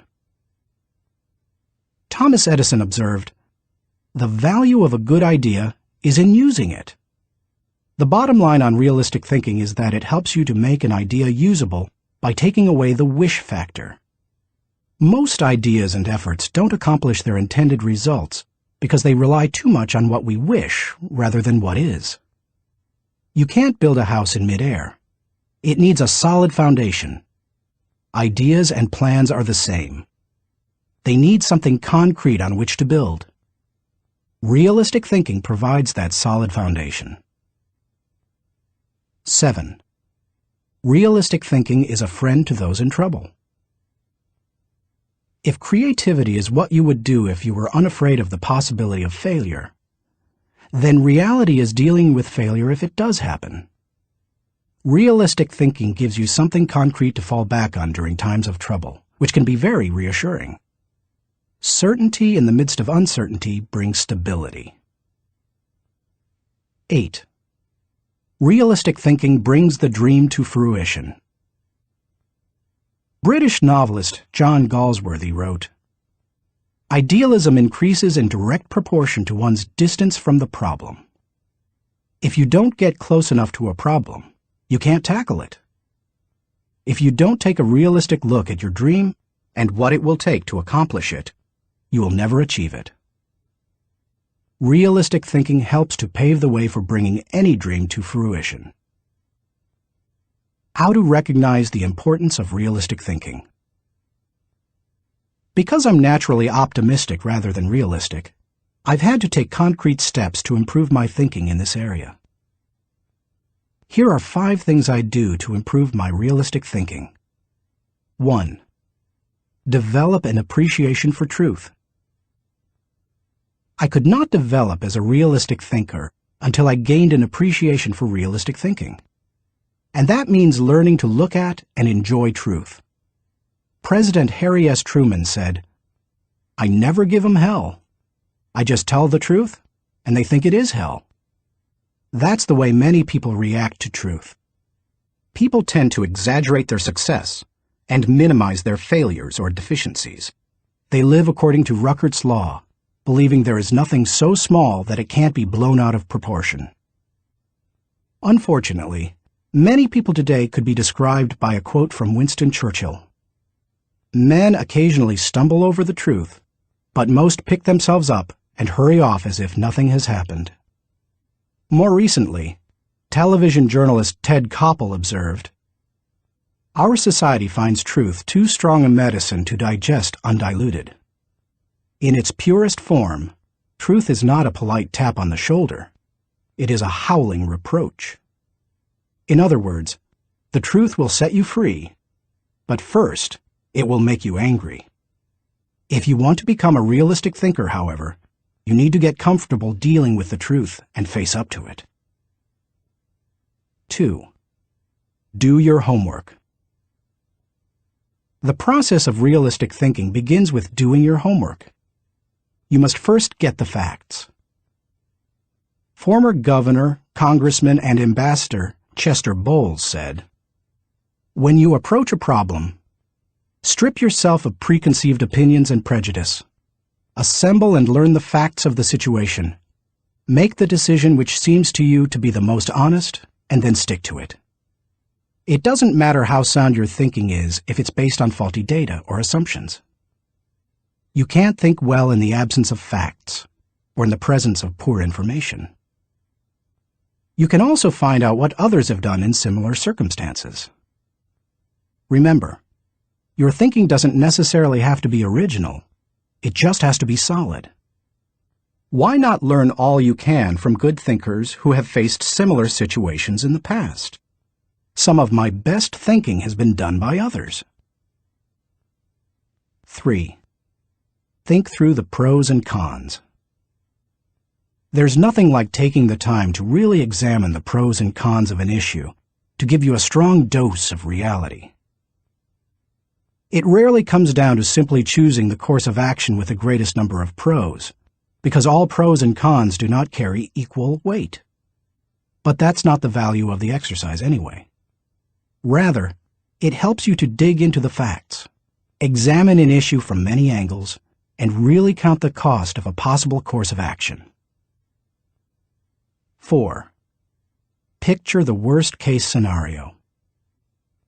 The essence of realistic thinking is discovering, picturing, and examining the worst-case scenario.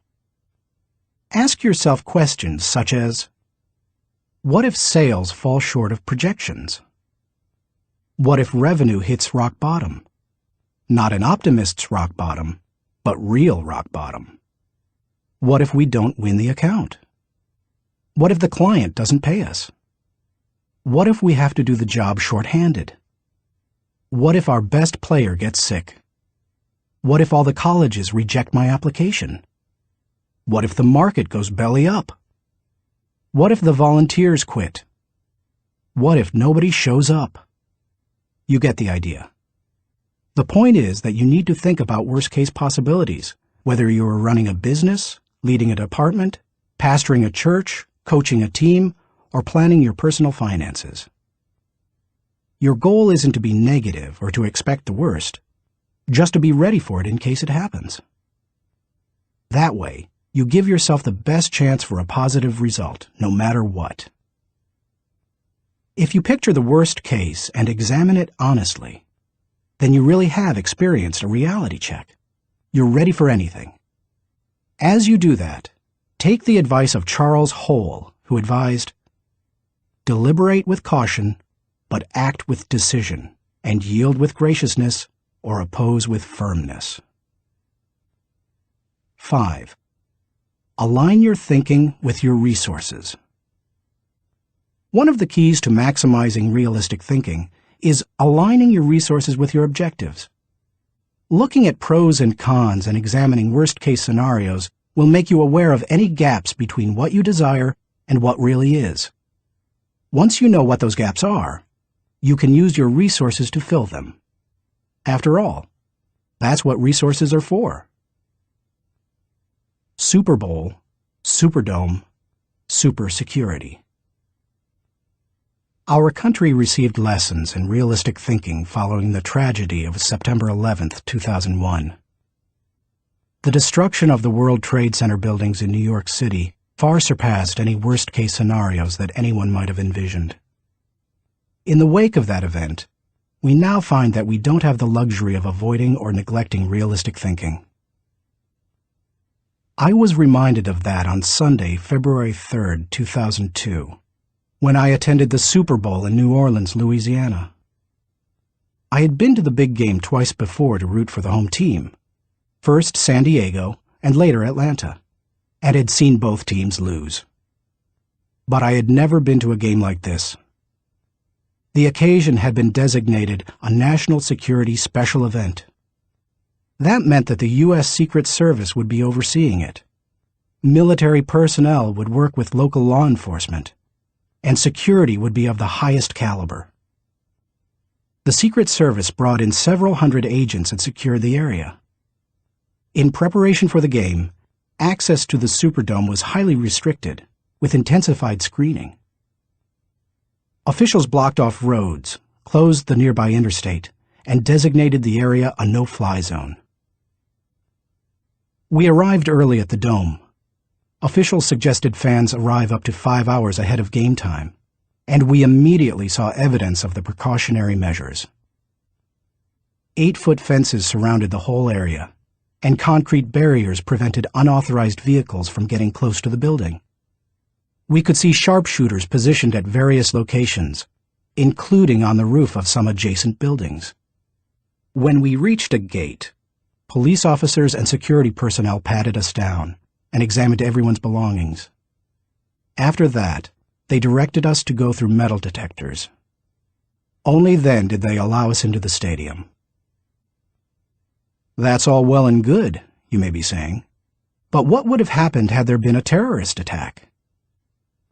The Secret Service had that covered too, because they had prepared for the worst-case scenario. Evacuation plans had been put into place, and personnel at the Superdome had been drilled to make sure everyone knew what to do in case of an emergency. New Orleans Mayor Mark Morial said the day before the Super Bowl, "We want to send a message to all visitors that New Orleans is going to be the safest place in America." We got the message. We didn't feel the least bit worried. That's what happens when leaders recognize the importance of realistic thinking. Thinking question. Am I building a solid mental foundation on facts so that I can think with certainty? Chapter 5. Utilize strategic thinking. Most people spend more time planning their summer vacation than planning their lives. Source unknown.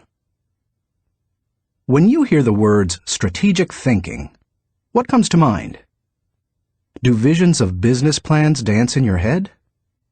Do you conjure up marketing plans, the kind that can turn a company around? Perhaps you contemplate global politics, or you recall some of history's greatest military campaigns. Hannibal crossing the Alps to surprise the Roman army, Charlemagne's conquest of Western Europe, or the Allies' D-Day invasion of Normandy. Perhaps, but strategy doesn't have to be restricted to military action, or even to business. Strategic thinking can make a positive impact on any area of life. Plan your life, live your plan. I've observed that most people try to plan their lives one day at a time. They wake up, make up their to-do list, and dive into action. Although some people aren't even that strategic. Fewer individuals plan their lives 1 week at a time. They review their calendar for the week, check their appointments, review their goals, and then get to work. They generally outachieve most of their daily planning colleagues. I try to take planning one step further. At the beginning of every month, I spend half a day working on my calendar for the next 40 days. 40 days works for me rather than just 30. That way, I get a jump on the next month and don't get surprised. I begin by reviewing my travel schedule and planning activities with my family. Then I review what projects, lessons, and other objectives I want to accomplish during those 5 to 6 weeks. Then I start blocking out days and times for thinking, writing, working, meeting with people, etc. I set times to do fun things, such as seeing a show, watching a ball game, or playing golf. I also set aside small blocks of time to compensate for the unexpected.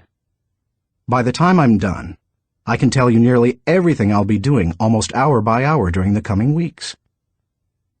This strategy is one of the reasons I have been able to accomplish much. Why you should release the power of strategic thinking. Strategic thinking helps me to plan, to become more efficient, to maximize my strengths, and to find the most direct path toward achieving any objective. The benefits of strategic thinking are numerous. Here are a few of the reasons you should adopt it as one of your thinking tools. 1. Strategic thinking simplifies the difficult. Strategic thinking is really nothing more than planning on steroids. Spanish novelist Miguel de Cervantes said, "The man who is prepared has his battle half fought." Strategic thinking takes complex issues and long-term objectives, which can be very difficult to address, and breaks them down into manageable sizes. Anything becomes simpler when it has a plan. Strategic thinking can also help you simplify the management of everyday life. I do that by using systems, which are nothing more than good strategies repeated. I am well known among pastors and other speakers for my filing system. Writing a lesson or speech can be difficult, but because I use my system to file quotes, stories, and articles, when I need something to flesh out or illustrate a point, I simply go to one of my 1,200 files and find a good piece of material that works. Just about any difficult task can be made simpler with strategic thinking. 2. Strategic thinking prompts you to ask the right questions. Do you want to break down complex or difficult issues? Then ask questions. Strategic thinking forces you through this process. Take a look at the following questions developed by my friend Bob Beal, the author of Master Planning. Direction. What should we do next? Why? Organization. Who is responsible for what? Who is responsible for whom? Do we have the right people in the right places? Cash. What is our projected income, expense, net? Can we afford it? How can we afford it? Tracking. Are we on target? Overall evaluation. Are we achieving the quality we expect and demand of ourselves? Refinement. How can we be more effective and more efficient, move toward the ideal?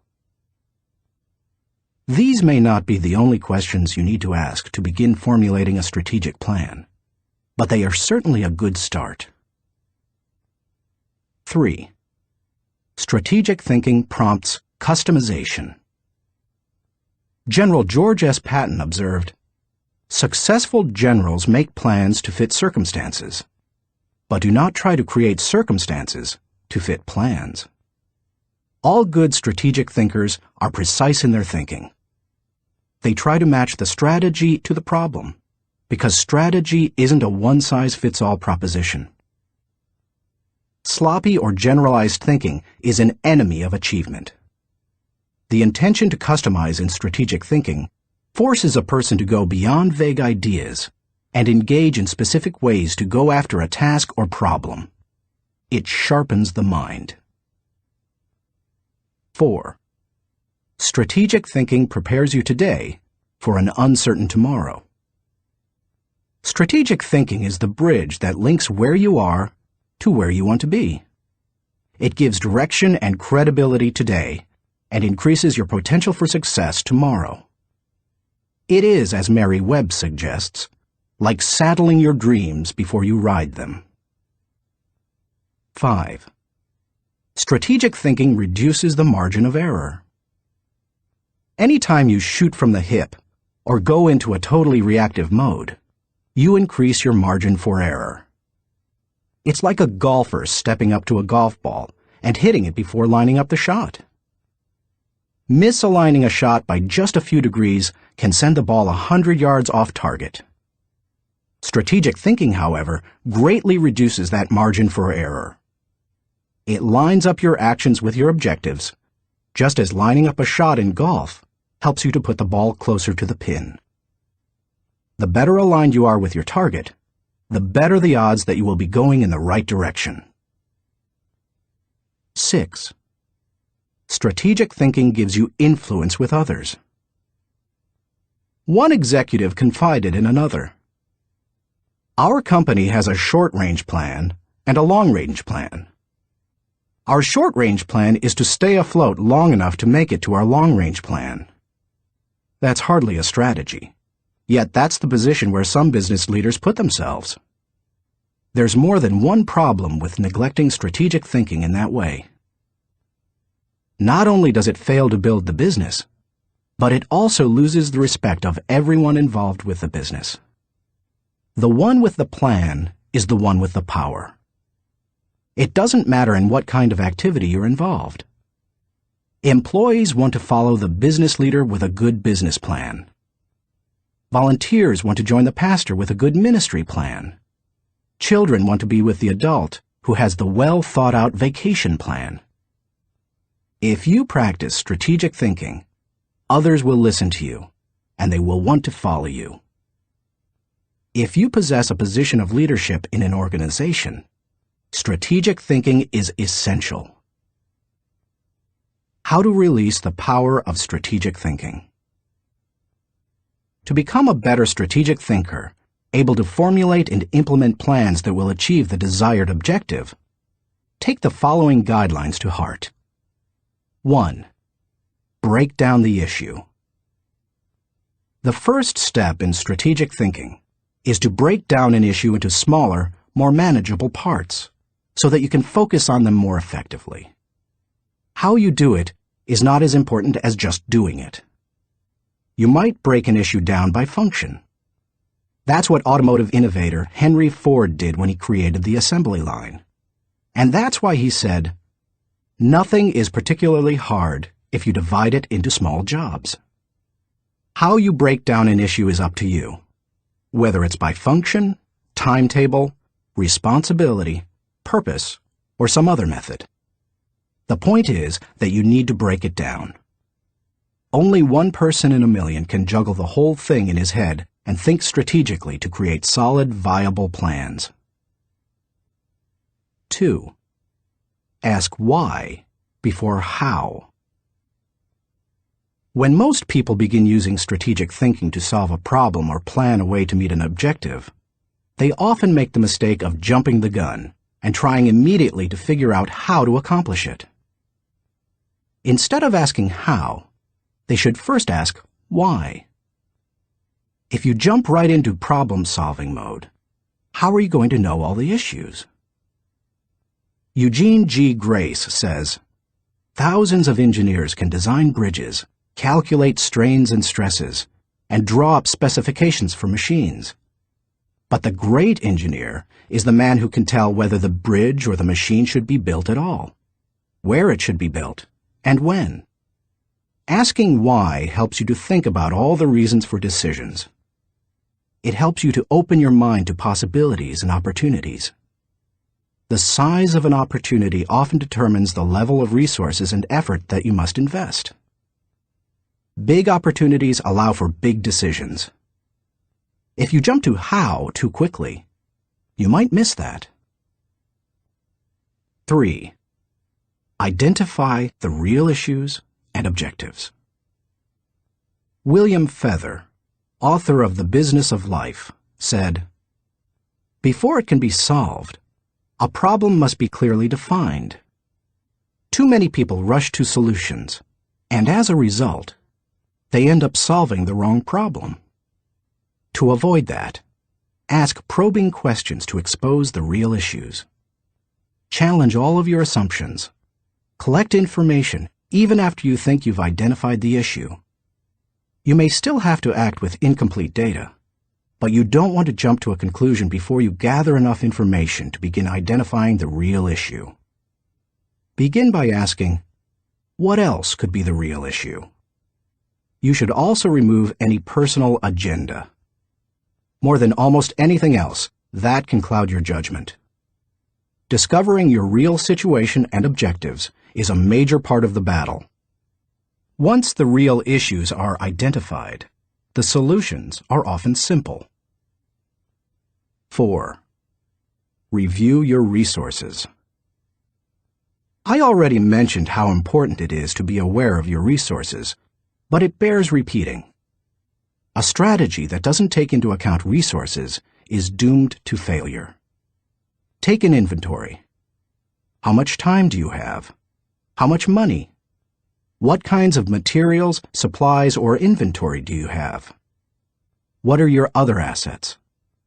What liabilities or obligations will come into play?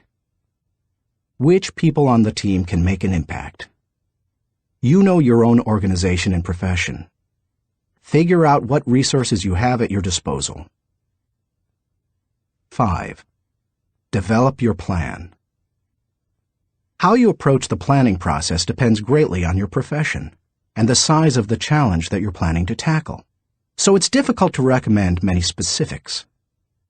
However, no matter how you go about planning, take this advice. Start with the obvious. When you tackle an issue or plan that way, it brings unity and consensus to the team, because everyone sees those things. Obvious elements build mental momentum and initiate creativity and intensity. The best way to create a road to the complex is to build on the fundamentals. 6. Put the right people in the right place. It's critical that you include your team as part of your strategic thinking. Before you can implement your plan, you must make sure that you have the right people in place. Even the best strategic thinking won't help if you don't take into account the people part of the equation. Look what happens if you miscalculate. Wrong person. Problems instead of potential. Wrong place. Frustration instead of fulfillment. Wrong plan. Grief instead of growth. Everything comes together, however, when you put together all three elements: the right person, the right place, and the right plan. 7. Keep repeating the process. My friend Olin Hendricks remarked, "Strategic thinking is like showering. You have to keep doing it." If you expect to solve any major problem once, you're in for disappointment. Little things such as filing or shopping systematically can be won easily through systems and personal discipline. But major issues need major strategic thinking time. What Thane Yost said is really true. The will to win is worthless if you do not have the will to prepare. If you want to be an effective strategic thinker, then you need to become a continuous strategic thinker. As I was working on this chapter, I came across an article in my local paper on the celebration of the Jewish Passover and how millions of American Jews read the order of service for their Seder, or Passover meal, from a small booklet produced by Maxwell House Coffee. For more than 70 years, the coffee company has produced the booklet, called a Haggadah, and during those years, it has distributed more than 40 million copies of it. I remember using them all my life, said Regina Witt, who is in her 50s. So does her mother, who is almost 90. It's our tradition. I think it would be very strange not to use them. So how did Maxwell House come to supply the booklets? It was the result of strategic thinking. 80 years ago, marketing man Joseph Jacobs advised that the company could sell coffee during Passover if the product were certified kosher by a rabbi. Since 1923, Maxwell House Coffee has been certified kosher for Passover. And then Jacobs suggested that if they gave away the Haggadah booklets, they could increase sales. They've been creating the booklets and selling coffee during Passover ever since. That's what can happen when you unleash the power of strategic thinking. Thinking question. Am I implementing strategic plans that give me direction for today and increase my potential for tomorrow? Chapter 6. Explore possibility thinking. Nothing is so embarrassing as watching someone do something that you said could not be done. Sam Ewing. People who embrace possibility thinking are capable of accomplishing tasks that seem impossible because they believe in solutions. Here are several reasons why you should become a possibility thinker. 1. Possibility thinking increases your possibilities. When you believe you can do something difficult, and you succeed, many doors open for you. When George Lucas succeeded in making Star Wars, despite those who said the special effects he wanted hadn't ever been done, and couldn't be done, many other possibilities opened up to him. Industrial Light and Magic, the company he created to produce those impossible special effects, became a source of revenue to help underwrite his other projects. He was able to produce merchandising tie-ins to his movies, thus bringing in another revenue stream to fund his movie making. But his confidence in doing the difficult has also made a huge impact on other movie makers and a whole new generation of moviegoers. Popular culture writer Chris Salewicz asserts, at first, directly through his own work, and then via the unparalleled influence of ILM, Industrial Light and Magic, George Lucas has dictated for 2 decades the essential broad notion of what is cinema. If you open yourself up to possibility thinking, you open yourself up to many other possibilities. 2. Possibility thinking draws opportunities and people to you. The case of George Lucas helps you to see how being a possibility thinker can create new opportunities and attract people. People who think big attract big people to them. If you want to achieve big things, you need to become a possibility thinker. 3. Possibility thinking increases others' possibilities. Big thinkers who make things happen also create possibilities for others. That happens in part because it's contagious. You can't help but become more confident and think bigger when you're around possibility thinkers. 4. Possibility thinking allows you to dream big dreams. No matter what your profession, possibility thinking can help you to broaden your horizons and dream bigger dreams. Professor David J. Schwartz believes, big thinkers are specialists in creating positive, forward-looking, optimistic pictures in their own minds and in the minds of others. If you embrace possibility thinking, your dreams will go from molehill to mountain size.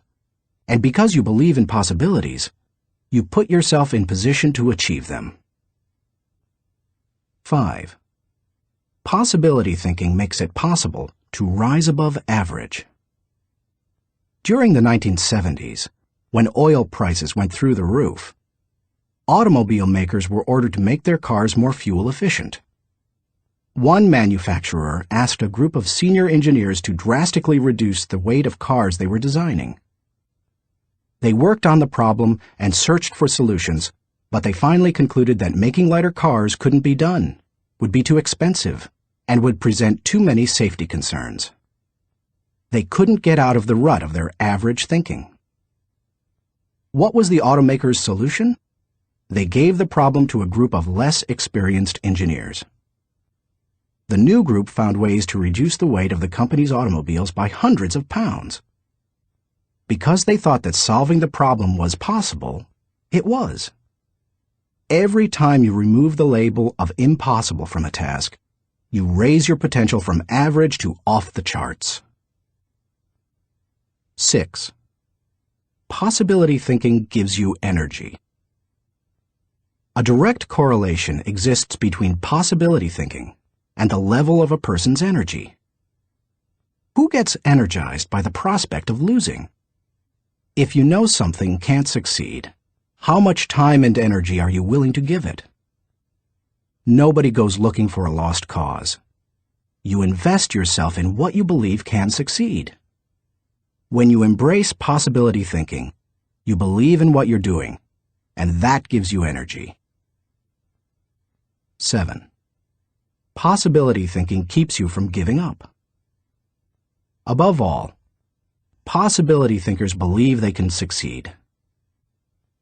Dennis Waitley, author of The Psychology of Winning, says, "The winners in life think constantly in terms of I can, I will, and I am.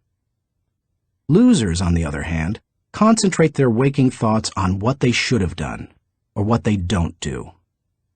If you believe you can't do something, then it doesn't matter how hard you try, because you've already lost. If you believe you can do something, you have already won much of the battle. One of the people who showed himself to be a great possibility thinker in 2001 was New York Mayor Rudy Giuliani. In the hours following the World Trade Center tragedy, Giuliani not only led the city through the chaos of the disaster, but he instilled confidence in everyone he touched. Afterward, he gave some insight and perspective on his experience.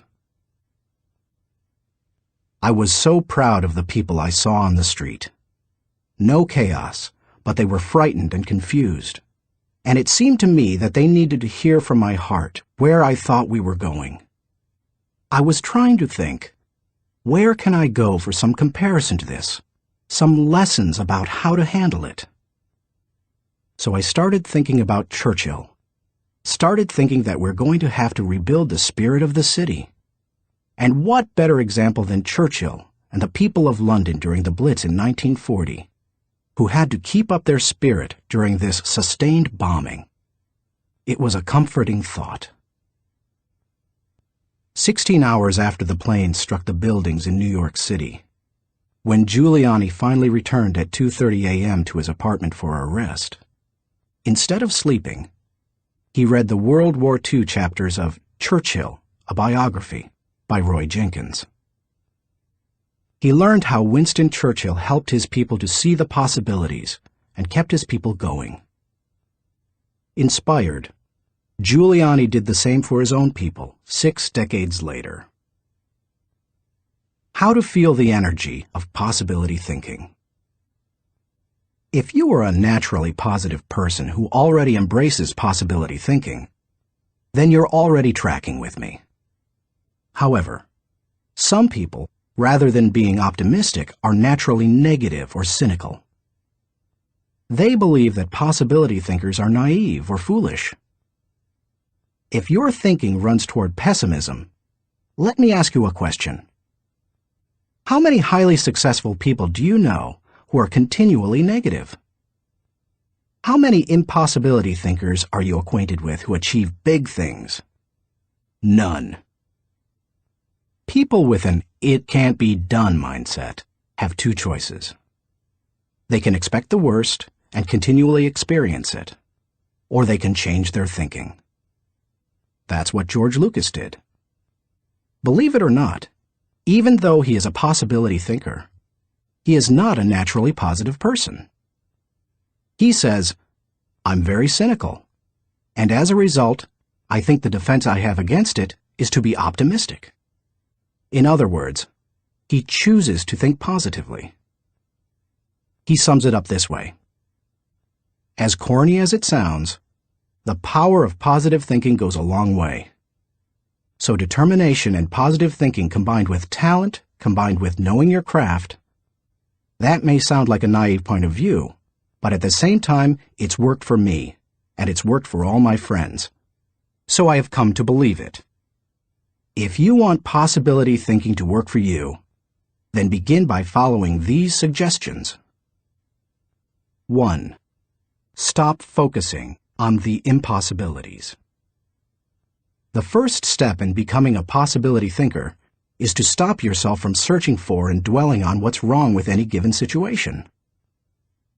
Sports psychologist Bob Rotella recounts, "I tell people, if you don't want to get into positive thinking, that's okay.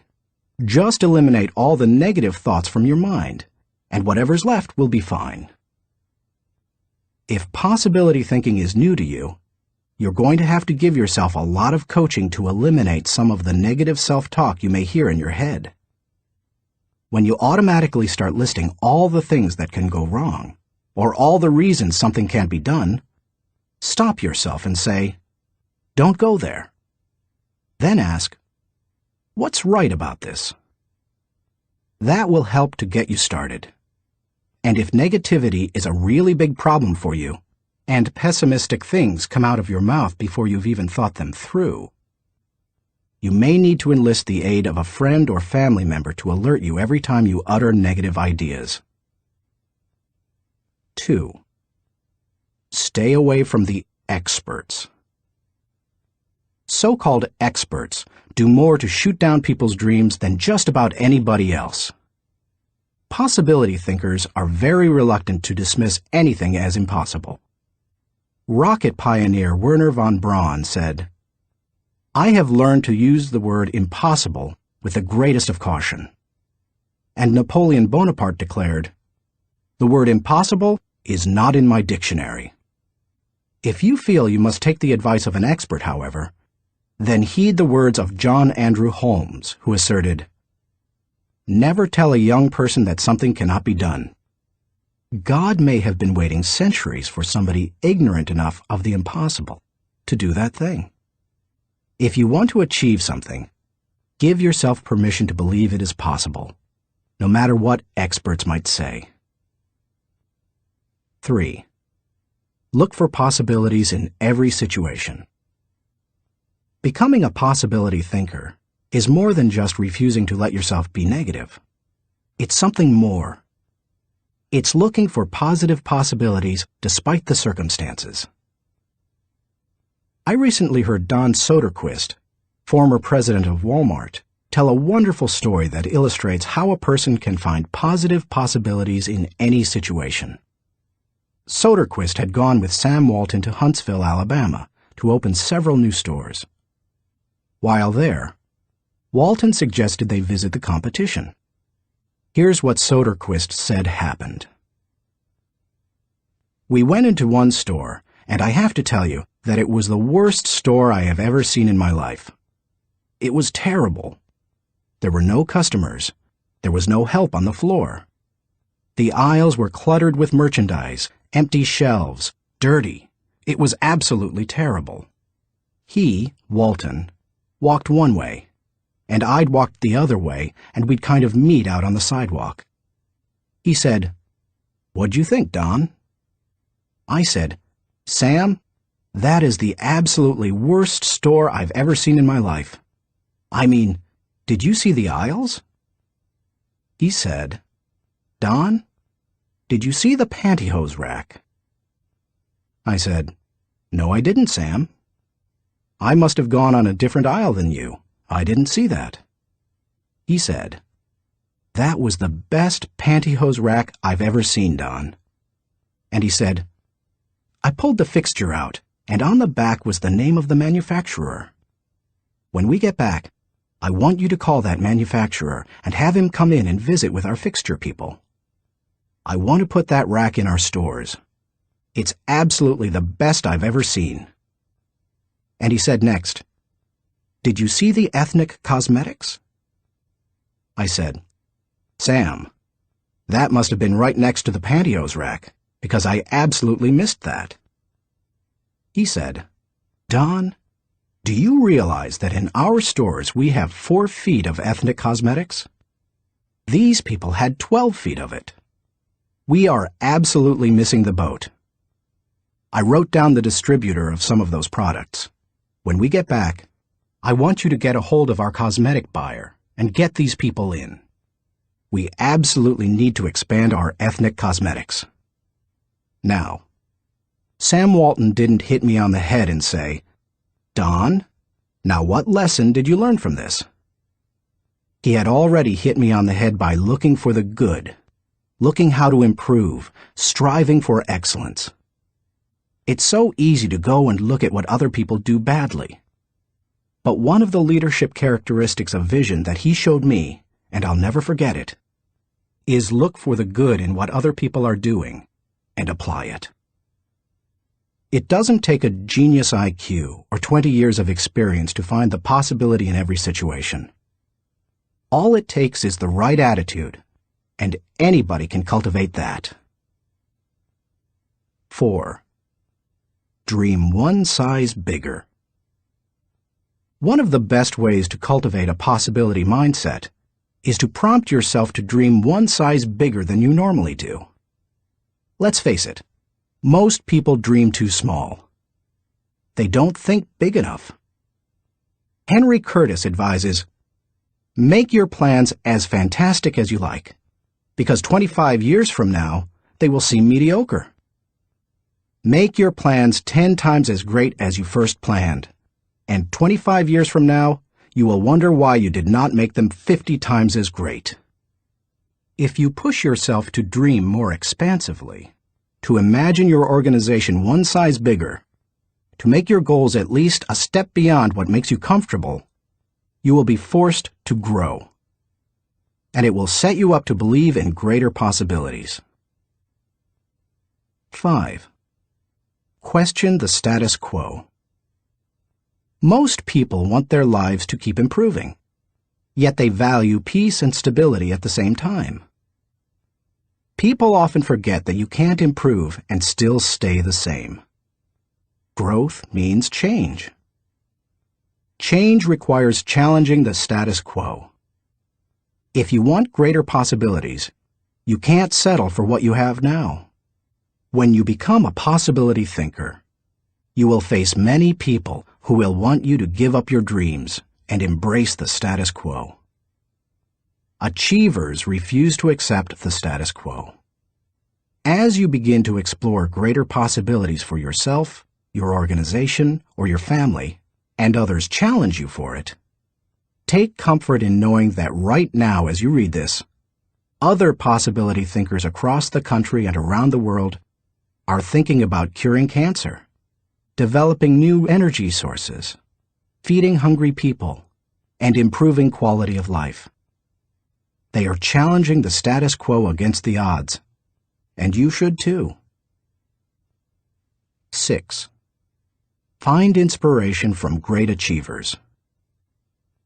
You can learn a lot about possibility thinking by studying great achievers. I mentioned George Lucas in this chapter. Perhaps he doesn't appeal to you, or you don't like the movie industry. Personally, I'm not a big science fiction fan, but I admire Lucas as a thinker, creative visionary, and business person. Find some achievers you admire and study them. Look for people with the attitude of Robert F. Kennedy, who popularized George Bernard Shaw's stirring statement. Some men see things as they are and say, "Why?" I dream of things that never were and say, "Why not?" I know possibility thinking isn't in style with many people. So call it what you like. The will to succeed, belief in yourself, confidence in your ability, faith. It's really true. People who believe that they can't, don't. But if you believe you can, you can. That's the power of possibility thinking. Thinking question. Am I unleashing the enthusiasm of possibility thinking to find solutions for even seemingly impossible situations? Chapter 7. Learn from reflective thinking. To doubt everything, or to believe everything, are two equally convenient solutions. Both dispense with the necessity of reflection. Jules-Henri Poincaré. The pace of our society does not encourage reflective thinking. Most people would rather act than think. Now, don't get me wrong. I'm a person of action. I have very high energy, and I like to see things accomplished. But I'm also a reflective thinker. Reflective thinking is like the crock pot of the mind. It encourages your thoughts to simmer until they're done. As I go through this process, my goal is to reflect so that I might learn from my successes and mistakes, discover what I should try to repeat, and determine what I should change. It is always a valuable exercise. By mentally visiting past situations, you can think with greater understanding. 1. Reflective thinking gives you true perspective. When our children were young and still lived at home, we used to take them on wonderful vacations every year. When we got home, they always knew that I was going to ask them two questions. What did you like best, and what did you learn? It didn't matter whether we went to Walt Disney World or Washington, D.C. I always asked those questions. Why? Because I wanted them to reflect on their experiences.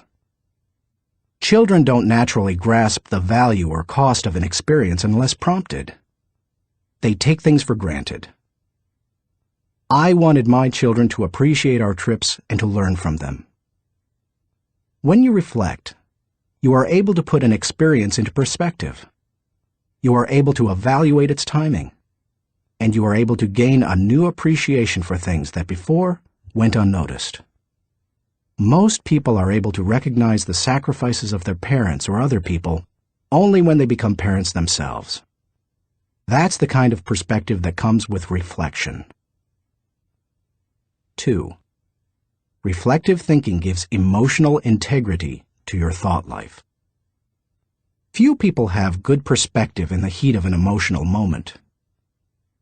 Most individuals who enjoy the thrill of an experience try to go back and recapture it without first trying to evaluate it. It's one of the reasons our culture produces so many thrill seekers. Likewise, those who survive a traumatic experience usually avoid similar situations at all costs, which sometimes ties them into emotional knots. Reflective thinking enables you to distance yourself from the intense emotions of particularly good or bad experiences and see them with fresh eyes. You can see the thrills of the past in the light of emotional maturity and examine tragedies in the light of truth and logic. That process can help a person to stop carrying around a bunch of negative emotional baggage.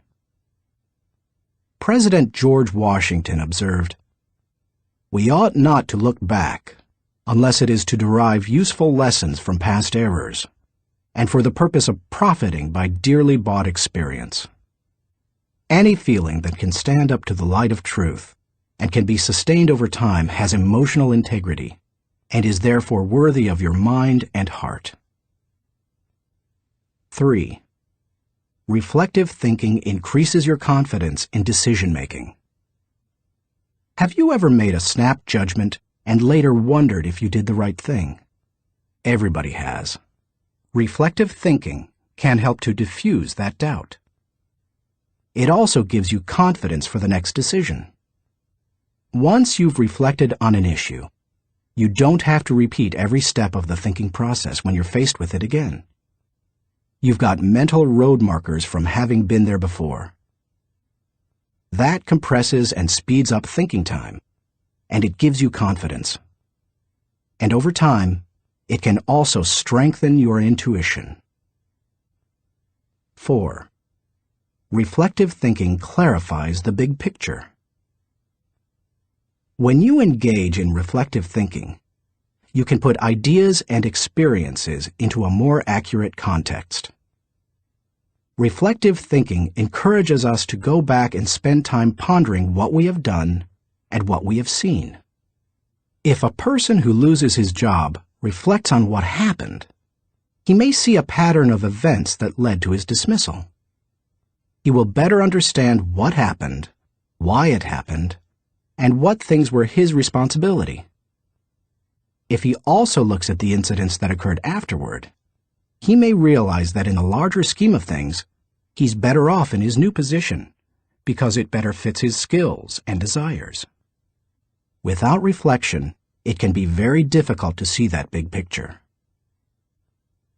5.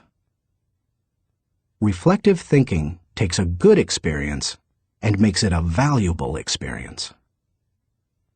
When you were just starting out in your career, did it seem that few people were willing to give someone without experience an opportunity? At the same time, could you see people who had been on their jobs 20 years who yet did their work poorly? If so, that probably frustrated you. Playwright William Shakespeare wrote, "Experience is a jewel, and it had need be so, for it is often purchased at an infinite rate." Yet experience alone does not add value to a life. It's not necessarily experience that is valuable. It's the insight people gain because of their experience. Reflective thinking turns experience into insight. Mark Twain said, "We should be careful to get out of an experience all the wisdom that is in it. Not like the cat that sits down on a hot stove lid. She will never sit down on a hot stove lid again, and that is well.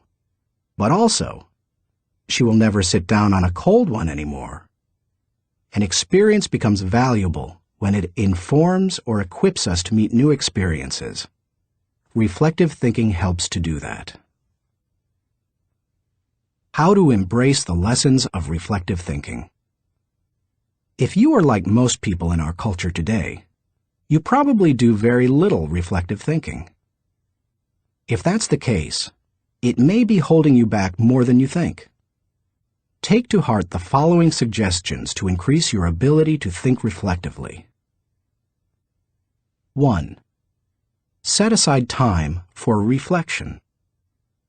Greek philosopher Socrates observed, "The unexamined life is not worth living." For most people, however, reflection and self-examination doesn't come naturally. It can be a fairly uncomfortable activity for a variety of reasons. They have a hard time staying focused. They find the process dull, or they don't like spending a lot of time thinking about emotionally difficult issues. But if you don't carve out the time for it, you are unlikely to do any reflective thinking.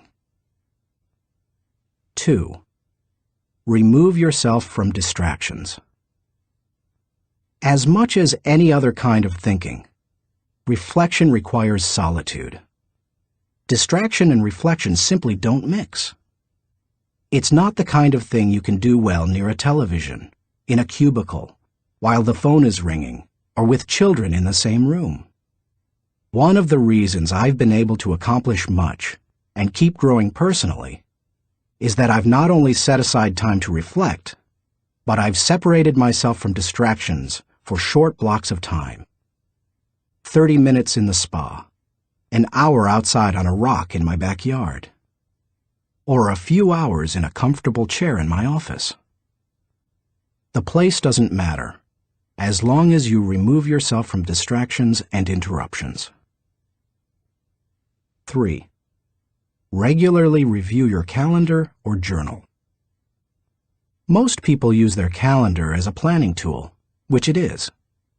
But few people use it as a reflective thinking tool. What could be better, however, for helping you to review where you have been and what you have done, except maybe a journal? I'm not a journaler in the regular sense. I don't use writing to figure out what I'm thinking and feeling. Instead, I figure out what I'm thinking and feeling, and then I write down significant thoughts and action points. I file the thoughts so that I can quickly put my hands on them again. I immediately execute the action points or delegate them to someone else. Calendars and journals remind you of how you've spent your time, show you whether your activities match your priorities, and help you see whether you are making progress. They also offer you an opportunity to recall activities that you might not have had the time to reflect on previously. Some of the most valuable thoughts you've ever had may have been lost because you didn't give yourself the reflection time you needed. 4. Ask the right questions. The value you receive from reflecting will depend on the kinds of questions you ask yourself. The better the questions, the more gold you will mine from your thinking. When I reflect, I think in terms of my values, relationships, and experiences. Here are some sample questions. Personal growth. What have I learned today that will help me grow? How can I apply it to my life? When should I apply it? Adding value.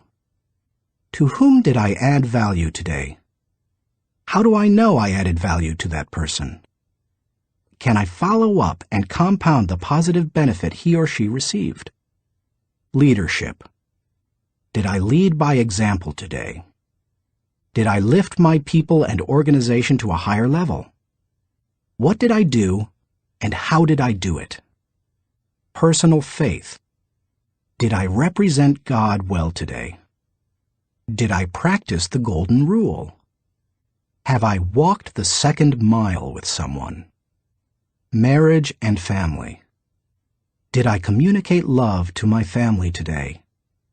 How did I show that love? Did they feel it? Did they return it?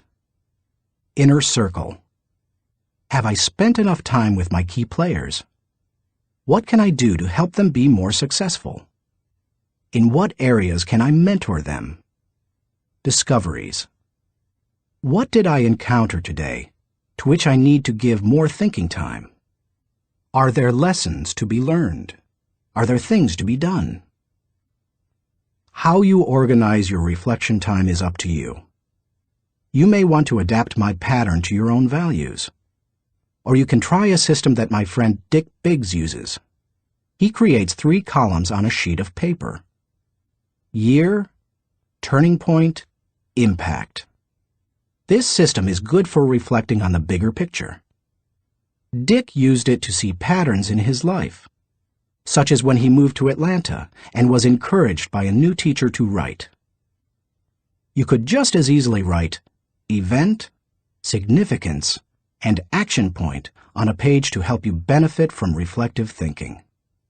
The main thing is to create questions that work for you and write down any significant thoughts that come to you during the reflection time. 5. Cement your learning through action. Writing down the good thoughts that come out of your reflective thinking has value. But nothing helps you to grow like putting your thoughts into action. To do that, you must be intentional.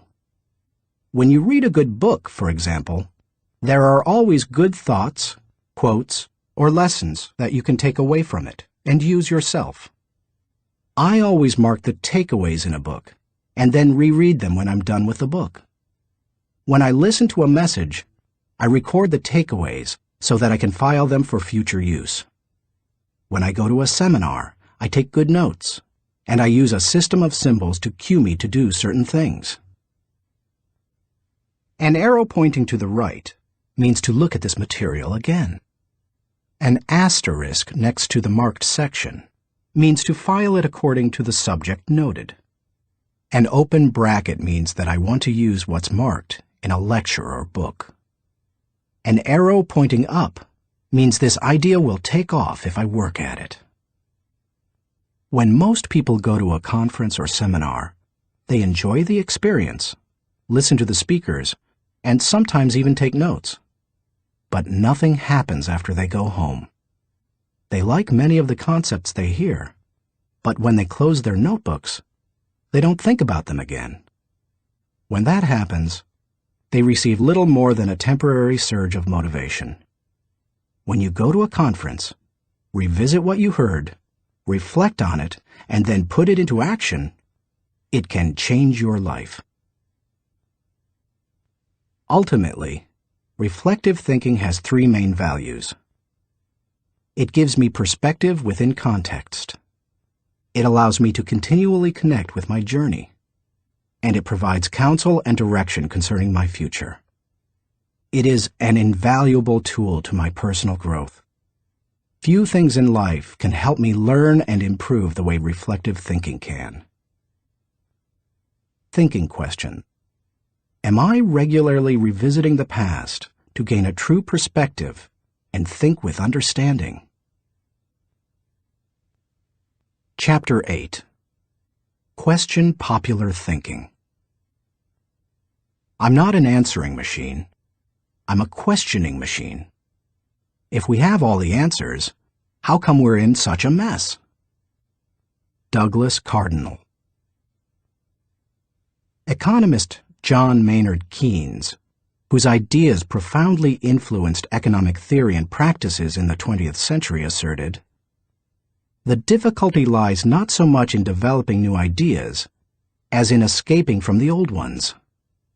Going against popular thinking can be difficult, whether you're a business person bucking company tradition, a pastor introducing new types of music to his church, a new mother rejecting old wives' tales handed down from her parents, or a teenager ignoring currently popular styles.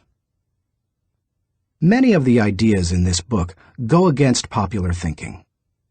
If you value popularity over good thinking, then you will severely limit your potential to learn the types of thinking encouraged by this book. Popular thinking is too average to understand the value of good thinking, too inflexible to realize the impact of changed thinking, too lazy to master the process of intentional thinking, too small to see the wisdom of big-picture thinking, too satisfied to unleash the potential of focused thinking, too traditional to discover the joy of creative thinking, too naive to recognize the importance of realistic thinking, too undisciplined to release the power of strategic thinking, too limiting to feel the energy of possibility thinking, too trendy to embrace the lessons of reflective thinking, too shallow to question the acceptance of popular thinking, too proud to encourage the participation of shared thinking, too self-absorbed to experience the satisfaction of unselfish thinking, and too uncommitted to enjoy the return of bottom-line thinking. If you want to become a good thinker, then start preparing yourself for the possibility of becoming unpopular. Why you should question the acceptance of popular thinking. I've given you some broad reasons for questioning the acceptance of popular thinking. Now, allow me to be more specific. 1. Popular thinking sometimes means not thinking. My friend Kevin Myers sums up the idea of popular thinking by saying, "The problem with popular thinking is that it doesn't require you to think at all. Good thinking is hard work. If it were easy, everybody would be a good thinker. Unfortunately, many people try to live life the easy way. They don't want to do the hard work of thinking or pay the price of success. It's easier to do what other people do and hope that they thought it out." Look at the stock market recommendations of some experts. By the time they publish their picks, most are following a trend, not creating one or even riding its crest. The people who are going to make money on the stocks they recommend have already done so by the time the general public hears about it. When people blindly follow a trend, they're not doing their own thinking. 2. Popular thinking offers false hope. Benno Muller-Hill, a professor in the University of Cologne Genetics Department, tells how one morning in high school he stood last in a line of 40 students in the schoolyard. His physics teacher had set up a telescope so that his students could view a planet and its moons. The first student stepped up to the telescope. He looked through it, but when the teacher asked if he could see anything, the boy said no. His nearsightedness hampered his view. The teacher showed him how to adjust the focus, and the boy finally said he could see the planet and moons. One by one, the students stepped up to the telescope and saw what they were supposed to see. Finally, the second-to-last student looked into the telescope and announced that he could not see anything. "You idiot," shouted the teacher. "You have to adjust the lenses." The student tried, but he finally said, "I still can't see anything. It is all black." The teacher, disgusted, looked through the telescope himself, and then looked up with a strange expression. The lens cap still covered the telescope. None of the students had been able to see anything. Many people look for safety and security in popular thinking. They figure that if a lot of people are doing something, then it must be right. It must be a good idea. If most people accept it, then it probably represents fairness, equality, compassion, and sensitivity, right? Not necessarily. Popular thinking said the Earth was the center of the universe. Yet Copernicus studied the stars and planets and proved mathematically that the Earth and the other planets in our solar system revolved around the sun. Popular thinking said surgery didn't require clean instruments. Yet Joseph Lister studied the high death rates in hospitals and introduced antiseptic practices that immediately saved lives. Popular thinking said that women shouldn't have the right to vote. Yet people like Emmeline Pankhurst and Susan B. Anthony fought for and won that right. Popular thinking put the Nazis into power in Germany. Yet Hitler's regime murdered millions and nearly destroyed Europe. We must always remember there is a huge difference between acceptance and intelligence. People may say that there's safety in numbers, but that's not always true. Sometimes it's painfully obvious that popular thinking isn't good and right. Other times, it's less evident. For example, consider the staggering number of people in the United States who have run up large amounts of debt on their credit cards. Anyone who is financially astute will tell you that's a bad idea. Yet millions follow right along with the popular thinking of buy now, pay later. And so they pay and pay and pay. Many promises of popular thinking ring hollow. Don't let them fool you. 3. Popular thinking is slow to embrace change. Popular thinking loves the status quo. It puts its confidence in the idea of the moment and holds on to it with all its might. As a result, It resists change and dampens innovation. Donald M. Nelson, former president of the Society of Independent Motion Picture Producers, criticized popular thinking when he asserted, "We must discard the idea that past routine, past ways of doing things are probably the best ways. On the contrary, we must assume that there is probably a better way to do almost everything. We must stop assuming that a thing which never has been done before probably cannot be done at all." 4. Popular thinking brings only average results. The bottom line? Popular thinking brings mediocre results. Here is popular thinking in a nutshell. Popular equals normal equals average. It's the least of the best and the best of the least. We limit our success when we adopt popular thinking. It represents putting in the least energy to just get by.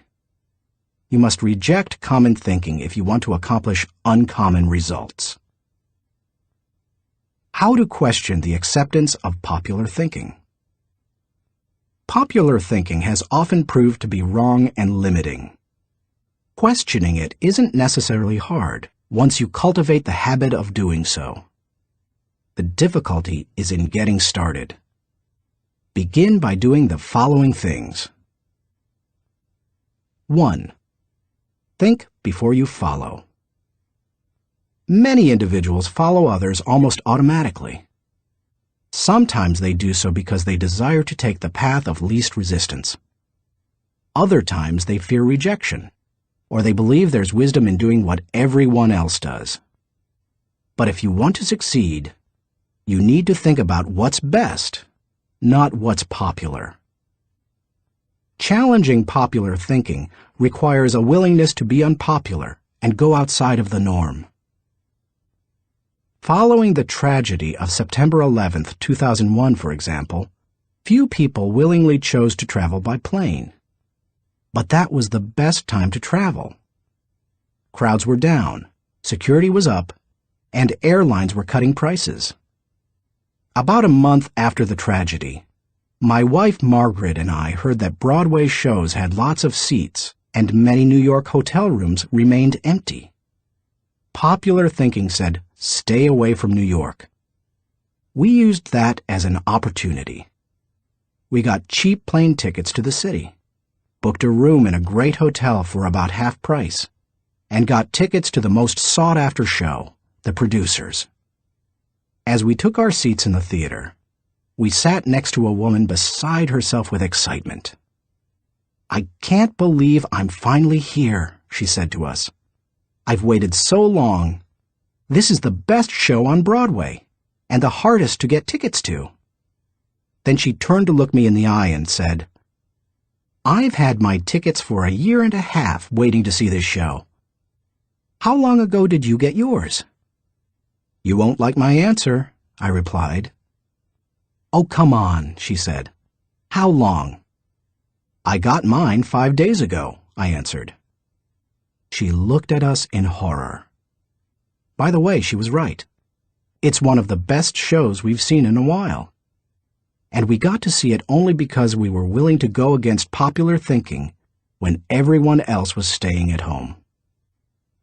As you begin to think against the grain of popular thinking, remind yourself that unpopular thinking, even when resulting in success, is largely underrated, unrecognized, and misunderstood. Unpopular thinking contains the seeds of vision and opportunity. Unpopular thinking is required for all progress. The next time you feel ready to conform to popular thinking on an issue, stop and think. You may not want to create change for its own sake, but you certainly don't want to blindly follow just because you haven't thought about what's best. 2. Appreciate thinking different from your own. One of the ways to embrace innovation and change is to learn to appreciate how others think. To do that, you must continually expose yourself to people different from yourself. My brother, Larry Maxwell, a good businessman and an innovative thinker, continually challenges popular thinking by thinking differently. He says, most of our people in sales and middle management come from businesses with products and services different from ours. That constantly exposes us to new ways of thinking. We also discourage our people from active participation in formal business and trade associations and fraternities because their thinking is quite common. They don't need to spend a lot of time thinking the way everyone else in the industry does. As you strive to challenge popular thinking, spend time with people with different backgrounds, education levels, professional experiences, personal interests, etc. You will think like the people with whom you spend the most time. If you spend time with people who think out of the box, you're more likely to challenge popular thinking and break new ground. 3. Continually question your own thinking. Let's face it, any time we find a way of thinking that works, one of our greatest temptations is to go back to it repeatedly, even if it no longer works well. The greatest enemy to tomorrow's success is sometimes today's success. My friend Andy Stanley recently taught a leadership lesson at Enjoy's Catalyst Conference called Challenging the Process. He described how progress must be preceded by change, and he pointed out many of the dynamics involved in questioning popular thinking. In an organization, he said, we should remember that every tradition was originally a good idea, and perhaps even revolutionary. But every tradition may not be a good idea for the future. In your organization, if you were involved in putting into place what currently exists, then it's likely that you will resist change, even change for the better. That's why it's important to challenge your own thinking. If you're too attached to your own thinking, and how everything is done now, then nothing will change for the better. 4. Try new things in new ways. When was the last time you did something for the first time? Do you avoid taking risks or trying new things? One of the best ways to get out of the rut of your own thinking is to innovate. You can do that in little everyday ways. Drive to work a different way from normal. Order an unfamiliar dish at your favorite restaurant. Ask a different colleague to help you with a familiar project. Take yourself off of autopilot. Unpopular thinking asks questions and seeks options. In 1997, my 3 companies moved to Atlanta, Georgia. It's a great city, but traffic at peak times can get crazy. Immediately after moving here, I began looking for and testing alternative routes to desired destinations so that I would not be caught in traffic. From my house to the airport, for example, I have discovered and used 9 routes within 8 miles and 12 minutes from one another. Often, I am amazed to see people sitting on the freeway when they could be moving forward on an alternative route. What is the problem? Too many people have not tried new things in new ways. It is true. Most people are more satisfied with old problems than committed to finding new solutions. How you go about doing new things in new ways is not as important as making sure you do it. Besides, if you try to do new things in the same way that everyone else does, are you really going against popular thinking? Get out there and do something different today. 5. Get used to being uncomfortable. When it comes right down to it, popular thinking is comfortable. It's like an old recliner adjusted to all the owner's idiosyncrasies. The problem with most old recliners is that no one has looked at them lately. If so, they'd agree that it's time to get a new one. If you want to reject popular thinking in order to embrace achievement, you'll have to get used to being uncomfortable. If you embrace unpopular thinking, and make decisions based on what works best and what is right, rather than what is commonly accepted, know this: in your early years, you won't be as wrong as people think you are. In your later years, you won't be as right as people think you are. And all through the years, you will be better than you thought you could be. Thinking question. Am I consciously rejecting the limitations of common thinking in order to accomplish uncommon results? Chapter 9. Benefit from shared thinking. None of us is as smart as all of us. Ken Blanchard. Good thinkers, especially those who are also good leaders, understand the power of shared thinking. They know that when they value the thoughts and ideas of others, they receive the compounding results of shared thinking and accomplish more than they ever could on their own. Those who participate in shared thinking understand the following. 1. Shared thinking is faster than solo thinking. We live in a truly fast-paced world. To function at its current rate of speed, we can't go it alone. I think the generation of young men and women just entering the workforce sense that very strongly. Perhaps that is why they value community so highly, and are more likely to work for a company they like than one that pays them well. Working with others is like giving yourself a shortcut. If you want to learn a new skill quickly, how do you do it? Do you go off by yourself and figure it out? Or do you get someone to show you how? You can always learn more quickly from someone with experience, whether you're trying to learn how to use a new software package, develop your golf swing, or cook a new dish. 2. Shared thinking is more innovative than solo thinking. We tend to think of great thinkers and innovators as soloists. But the truth is that the greatest innovative thinking doesn't occur in a vacuum. Innovation results from collaboration. Albert Einstein once remarked, "Many times a day, I realize how much my own outer and inner life is built upon the labors of my fellow men, both living and dead, and how earnestly I must exert myself in order to give in return as much as I have received." Shared thinking leads to greater innovation. Whether you look at the work of researchers Marie and Pierre Curie, surrealists Luis Buñuel and Salvador Dali, or songwriters John Lennon and Paul McCartney. If you combine your thoughts with the thoughts of others, you will come up with thoughts you've never had. 3. Shared thinking brings more maturity than solo thinking. As much as we would like to think that we know it all, each of us is probably painfully aware of our blind spots and areas of inexperience. When I first started out as a pastor, I had dreams and energy, but little experience. To try to overcome that, I attempted to get several high-profile pastors of growing churches to share their thinking with me.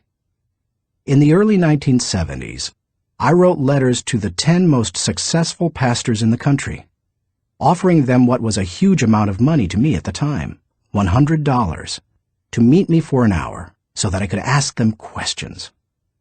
When one said yes, I'd visit him. I didn't talk much, except to ask a few questions. I wasn't there to impress anyone or satisfy my ego. I was there to learn.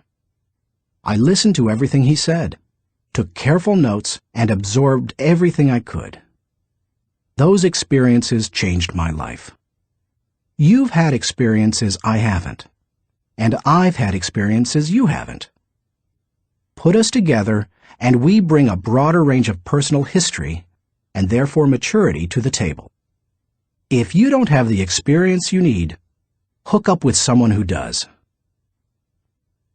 4. Shared thinking is stronger than solo thinking. Philosopher-poet Johann Wolfgang von Goethe said, To accept good advice is but to increase one's own ability. Two heads are better than one when they are thinking in the same direction.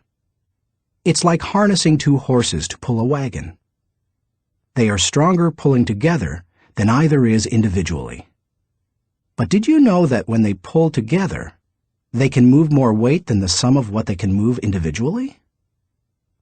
A synergy comes from working together.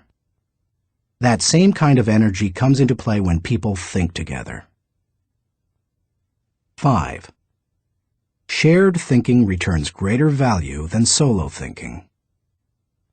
Because shared thinking is stronger than solo thinking, it's obvious that it yields a higher return. That happens because of the compounding action of shared thinking.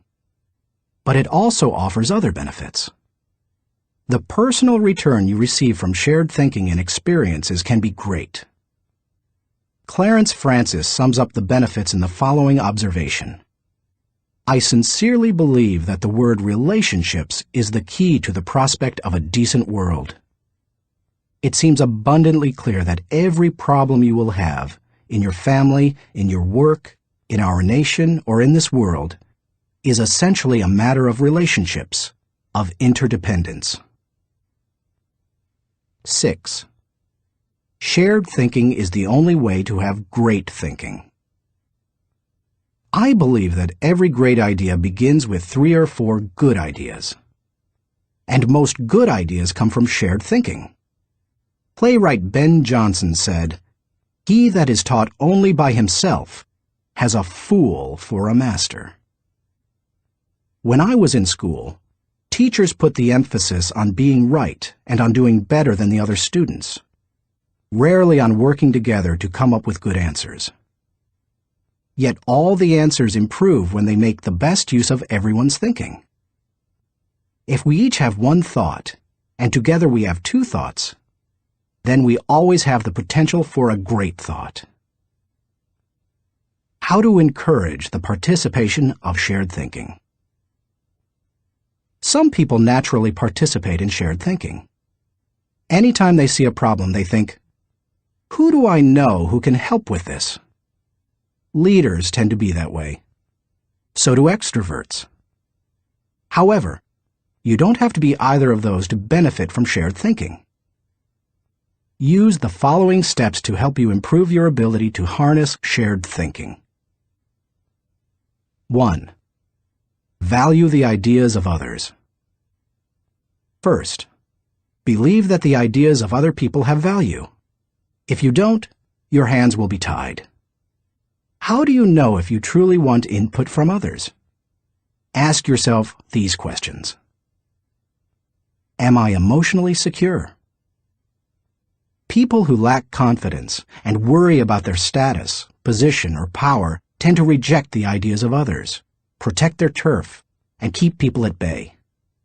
It takes a secure person to consider others' ideas. Years ago, an emotionally insecure person took a key position on my board of directors. After a couple of meetings, it became obvious to the other board members that this individual would not positively contribute to the organization. I asked a seasoned leader on the board, "Why does this person always do and say things that hinder our progress?" I'll never forget his reply. Hurting people hurt people. Do I place value on people? You won't value the ideas of a person if you don't value and respect the person himself or herself. Have you ever considered your conduct around people you value versus those you don't? Look at the differences. If I value people, I want to spend time with them. If I don't value people, I don't want to be around them. If I value people, I listen to them. If I don't value people, I neglect to listen. If I value people, I want to help them. If I don't value people, I don't offer them help. If I value people, I am influenced by them. If I don't value people, I ignore them. If I value people, I respect them. If I don't value people, I am indifferent. Do I value the interactive process? A wonderful synergy often occurs as the result of shared thinking. It can take you places you've never been. Publisher Malcolm Forbes asserted, "Listening to advice often accomplishes far more than heeding it." I must say, I didn't always value shared thinking. For many years, I tended to withdraw when I wanted to develop ideas. Only reluctantly did I work on ideas with others. When a colleague challenged me on this, I started to analyze my hesitancy. I realized that it went back to my college experience. Some days in the classroom, I could tell that a teacher was unprepared to lecture, and instead spent the class time asking us to give our uninformed opinions on a subject. Most of the time, the opinions seemed no better than mine. I had come to class so that the professor could teach me. I realized that the process of shared ideas wasn't the problem. It was who was doing the talking. Shared thinking is only as good as the people doing the sharing. Since learning that lesson, I have embraced the interactive process, and now I believe it is one of my strengths. Still, I always think about whom I bring around the table for a shared thinking session. I'll tell you my guidelines for whom I invite later in this chapter. You must open yourself up to the idea of sharing ideas before you will engage in the process of shared thinking. 2. Move from competition to cooperation. Jeffrey J. Fox, author of How to Become CEO, says, "Always be on the lookout for ideas. Be completely indiscriminate as to the source. Get ideas from customers, children, competitors, other industries, or cab drivers. It doesn't matter who thought of an idea." A person who values cooperation desires to complete the ideas of others, not compete with them. If someone asks you to share ideas, focus on helping the team, not getting ahead personally. And if you are the one who brings people together to share their thoughts, praise the idea more than the source of the idea. If the best idea always wins, rather than the person who offered it, then all will share their thoughts with greater enthusiasm. 3. Have an agenda when you meet. I enjoy spending time with certain people, whether we discuss ideas or not. My wife Margaret, my children, my grandchildren, my parents. Though we often do discuss ideas, it doesn't bother me if we don't. We are family. When I spend time with nearly anyone else in my life, however, I have an agenda. I know what I want to accomplish. The more I respect the wisdom of the person, the more I listen. For example, when I meet with someone I'm mentoring, I let the person ask the questions, but I expect to do most of the talking. When I meet with someone who mentors me, like Bill Bright, I mostly keep my mouth shut. In other relationships, the give and take is more even. But no matter with whom I meet, I have a reason for getting together, and I have an expectation for what I'll give to it and get from it. That's true whether it's for business or pleasure. 4. Get the right people around the table. To get anything of value out of shared thinking, you need to have people around the table who bring something to the table. As you prepare to ask people to participate in shared thinking, use the following criteria for the selection process. Choose people whose greatest desire is the success of the ideas. People who can add value to another's thoughts. People who can emotionally handle quick changes in the conversation. People who appreciate the strengths of others in areas where they are weak. People who understand their place of value at the table. People who place what is best for the team before themselves. People who can bring out the best thinking in the people around them. People who possess maturity, experience, and success in the issue under discussion. People who will take ownership and responsibility for decisions. People who will leave the table with a we attitude, not a me attitude.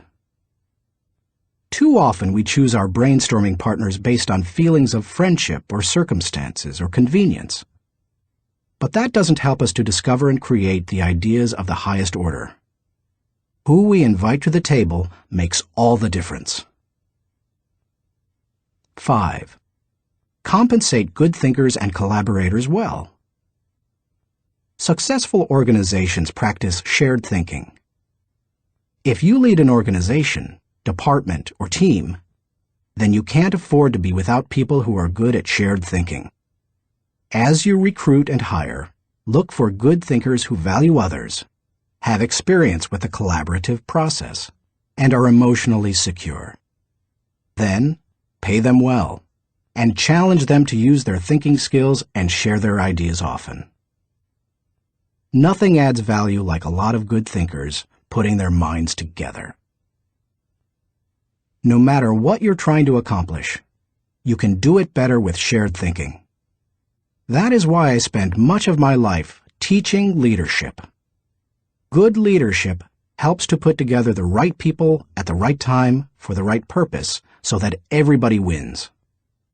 All it takes is the right people and a willingness to participate in shared thinking. Thinking question. Am I consistently including the heads of others to think over my head and achieve compounding results? Chapter 10. Practice unselfish thinking. We cannot hold a torch to light another's path without brightening our own. Ben Sweetland. So far in this book, we've discussed many kinds of thinking that can help you to achieve more. Each of them has the potential to make you more successful. Now I want to acquaint you with a kind of thinking with the potential to change your life in another way. It might even redefine how you view success. Unselfish thinking can often deliver a return greater than any other kind of thinking. Take a look at some of its benefits. 1. Unselfish thinking brings personal fulfillment. Few things in life bring greater personal rewards than helping others. Charles H. Burr believed, "Getters generally don't get happiness. Givers get it." Helping people brings great satisfaction. When you spend your day unselfishly serving others, at night you can lay down your head with no regrets and sleep soundly. In Bringing Out the Best in People, Alan Loy McGuinness remarked, "There is no more noble occupation in the world than to assist another human being, to help someone succeed." Even if you have spent much of your life pursuing selfish gain, it's never too late to have a change of heart. Even the most miserable person, like Charles Dickens' Scrooge, can turn his life around and make a difference for others. That's what Alfred Nobel did.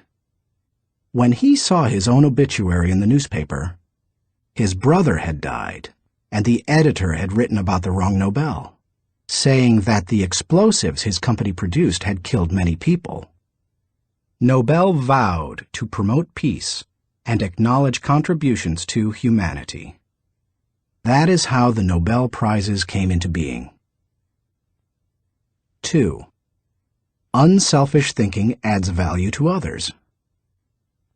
In 1904, Bessie Anderson Stanley wrote the following definition of success in Brown Book magazine.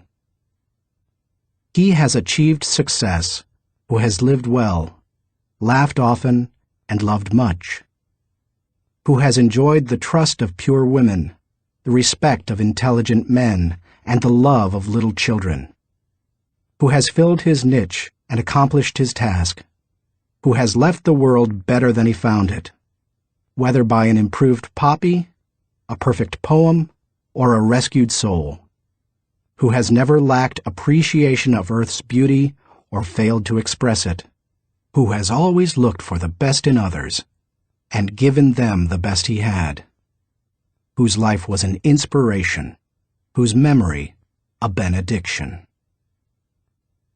When you get outside of yourself and make a contribution to others, you really begin to live. 3. Unselfish thinking encourages other virtues. When you see a 4-year-old, you expect to observe selfishness. But when you see it in a 40-year-old, it's not very attractive, is it? Of all the qualities a person can pursue, unselfish thinking seems to make the biggest difference toward cultivating other virtues. I think that's because the ability to give unselfishly is so difficult. It goes against the grain of human nature.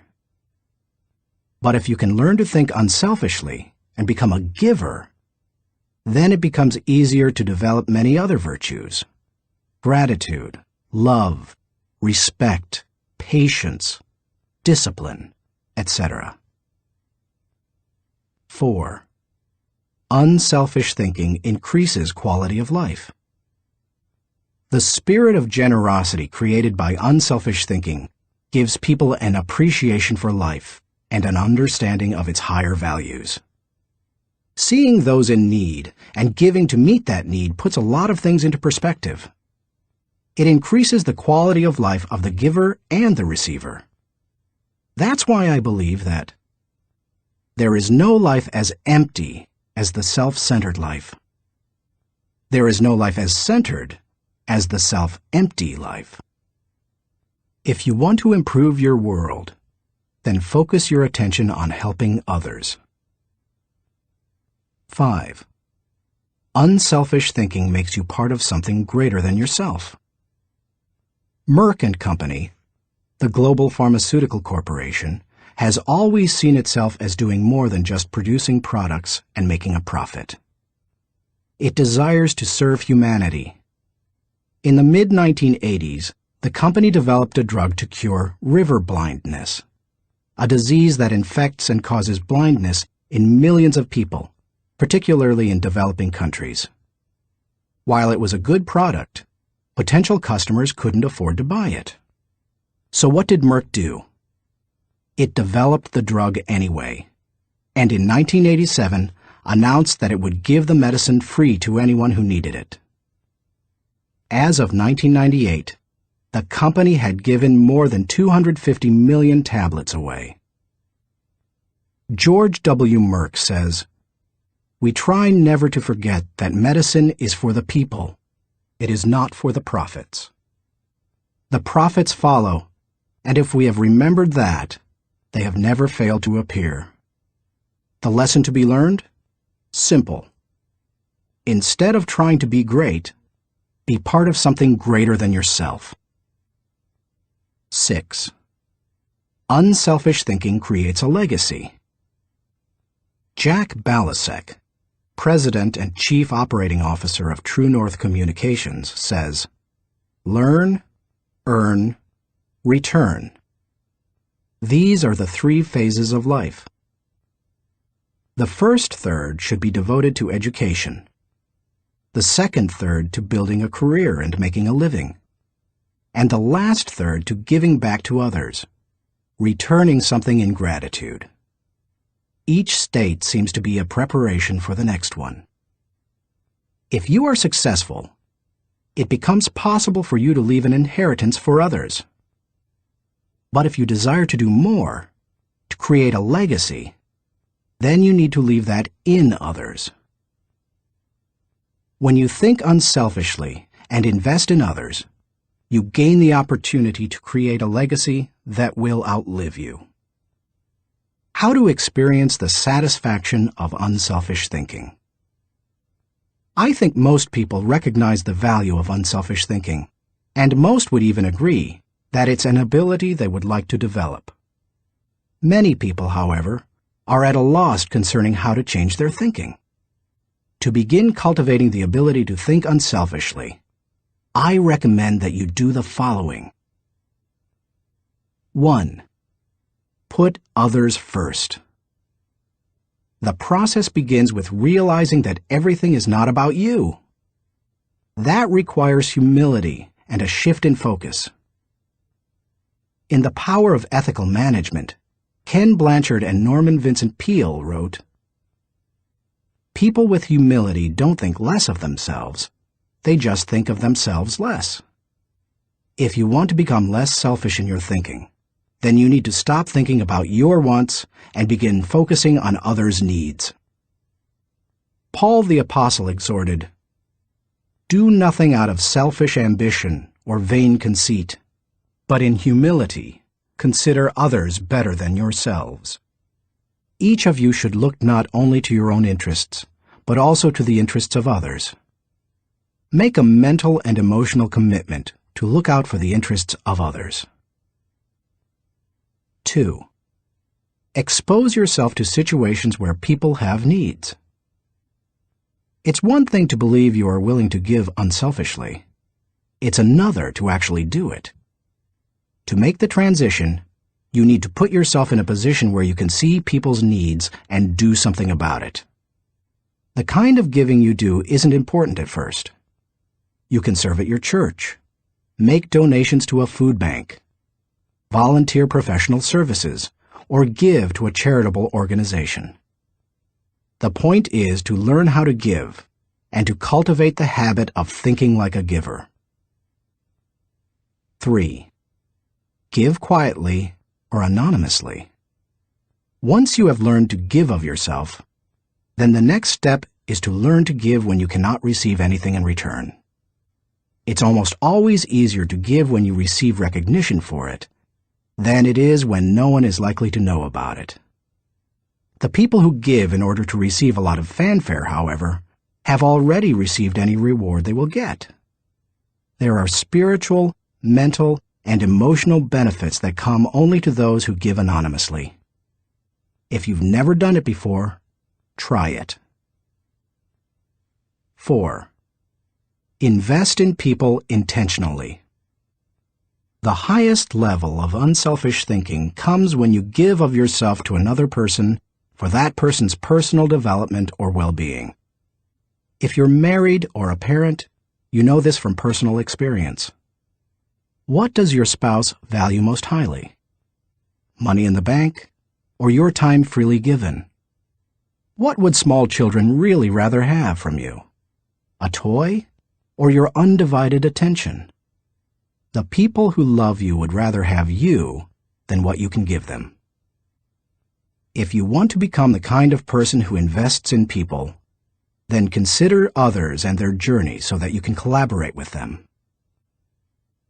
Each relationship is like a partnership created for mutual benefit. As you go into any relationship, think about how you can invest in the other person so that it becomes a win-win situation. Here is how relationships most often play out. I win, you lose. I win only once.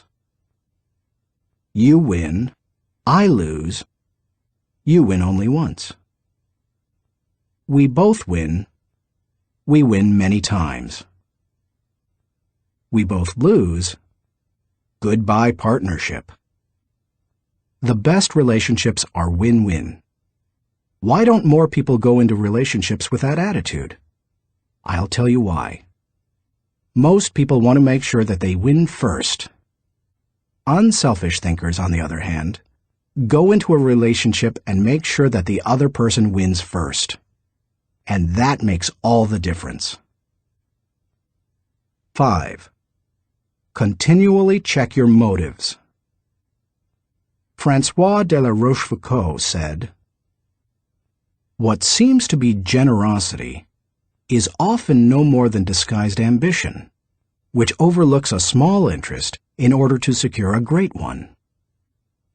The hardest thing for most people is fighting their natural tendency to put themselves first.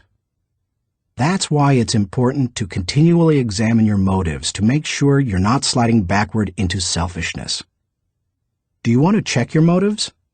Then follow the modeling of Benjamin Franklin. Every day, he asked himself 2 questions. When he got up in the morning, he would ask, "What good am I going to do today?" And before he went to bed, he would ask, "What good have I done today?"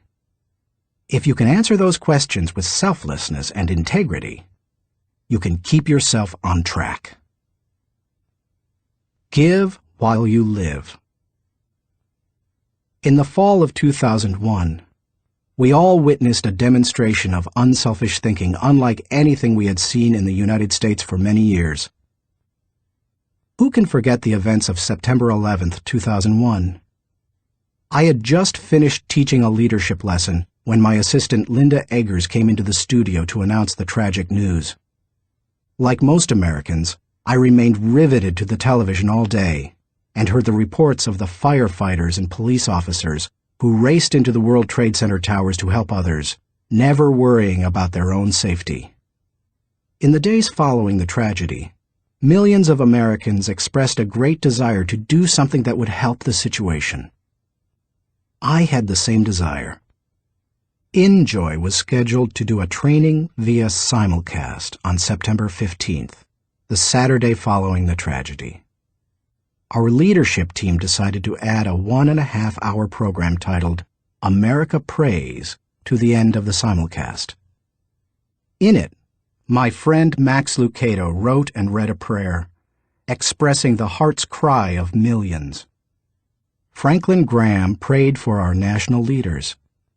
Jim and Shirley Dobson gave advice to parents on how to help their children deal with the event.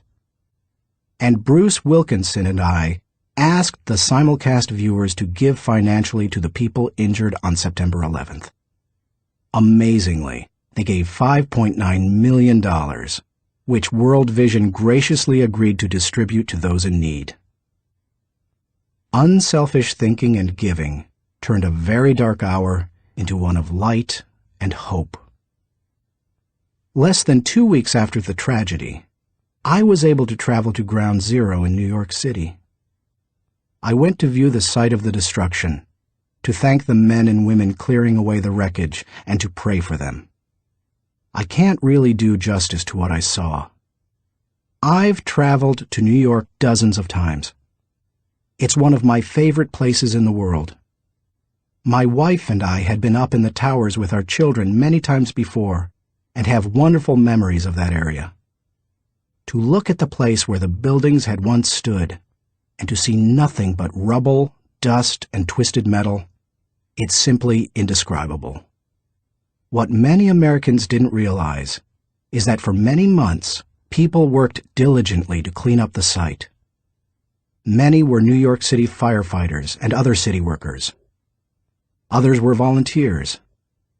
They worked around the clock, 7 days a week. And when they came across the remains of someone in the rubble, they called for silence and reverently carried them out. Since I am a clergyman, I was asked to wear a clerical collar upon entering the area. As I walked around, many workers saw the collar and asked me to pray for them. It was a humbling privilege. American educator Horace Mann said, "Be ashamed to die until you have won some victory for humanity." According to this standard, New York City's firefighters are certainly prepared for death.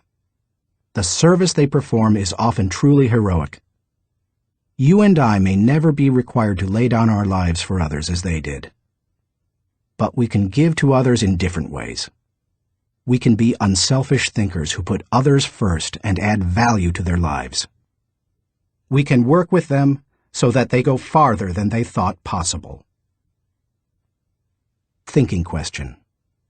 Am I continually considering others and their journey in order to think with maximum collaboration? Chapter 11. Rely on bottom-line thinking. There ain't no rules around here. We're trying to accomplish something. Thomas Edison, inventor. How do you figure out the bottom line for your organization, business, department, team, or group?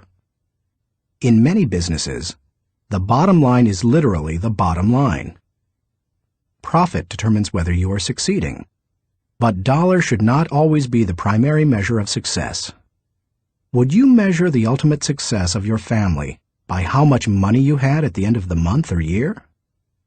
And if you run a non-profit or volunteer organization, how would you know whether you were performing at your highest potential? How do you think bottom line in that situation? A non-profit's bottom line. Frances Hesselbein had to ask herself exactly that question in 1976, when she became the National Executive Director of the Girl Scouts of America. When she first got involved with the Girl Scouts, running the organization was the last thing she expected. She and her husband John were partners in Hesselbein Studios, a small family business that filmed television commercials and promotional films. She wrote the scripts, and he made the films. In the early 1950s, she was recruited as a volunteer troop leader at the Second Presbyterian Church in Johnstown, Pennsylvania. Even that was unusual, since she had a son and no daughters. But she agreed to do it on a temporary basis. She must have loved it, because she led the troop for 9 years. In time, she became council president and a member of the national board. Then she served as executive director of the Talus Rock Girl Scout Council, a full-time paid position. By the time she took the job as CEO of the national organization, the Girl Scouts was in trouble. The organization lacked direction. Teenage girls were losing interest in scouting, and it was becoming increasingly difficult to recruit adult volunteers, especially with greater numbers of women entering the workforce. Meanwhile, the Boy Scouts was considering opening itself to girls. Hesselbein desperately needed to bring the organization back to the bottom line. We kept asking ourselves very simple questions, she says. What is our business? Who is our customer? And what does the customer consider value? If you're the Girl Scouts, IBM, or AT&T, you have to manage for a mission. Hesselbein's focus on mission enabled her to identify the Girl Scouts' bottom line. We really are here for one reason: to help a girl reach her highest potential. More than any one thing, that made the difference. Because when you are clear about your mission, corporate goals and operating objectives flow from it. Once she figured out her bottom line, she was able to create a strategy to try to achieve it. She started by reorganizing the national staff. Then she created a planning system to be used by each of the 350 regional councils. And she introduced management training to the organization. Hesselbein didn't restrict herself to changes in leadership and organization. In the 1960s and 70s, the country had changed, and so had its girls. But the Girl Scouts hadn't. Hesselbein tackled that issue too. The organization made its activities more relevant to the current culture, giving greater opportunities for use of computers, for example, rather than hosting a party. She also sought out minority participation, created bilingual materials, and reached out to low-income households.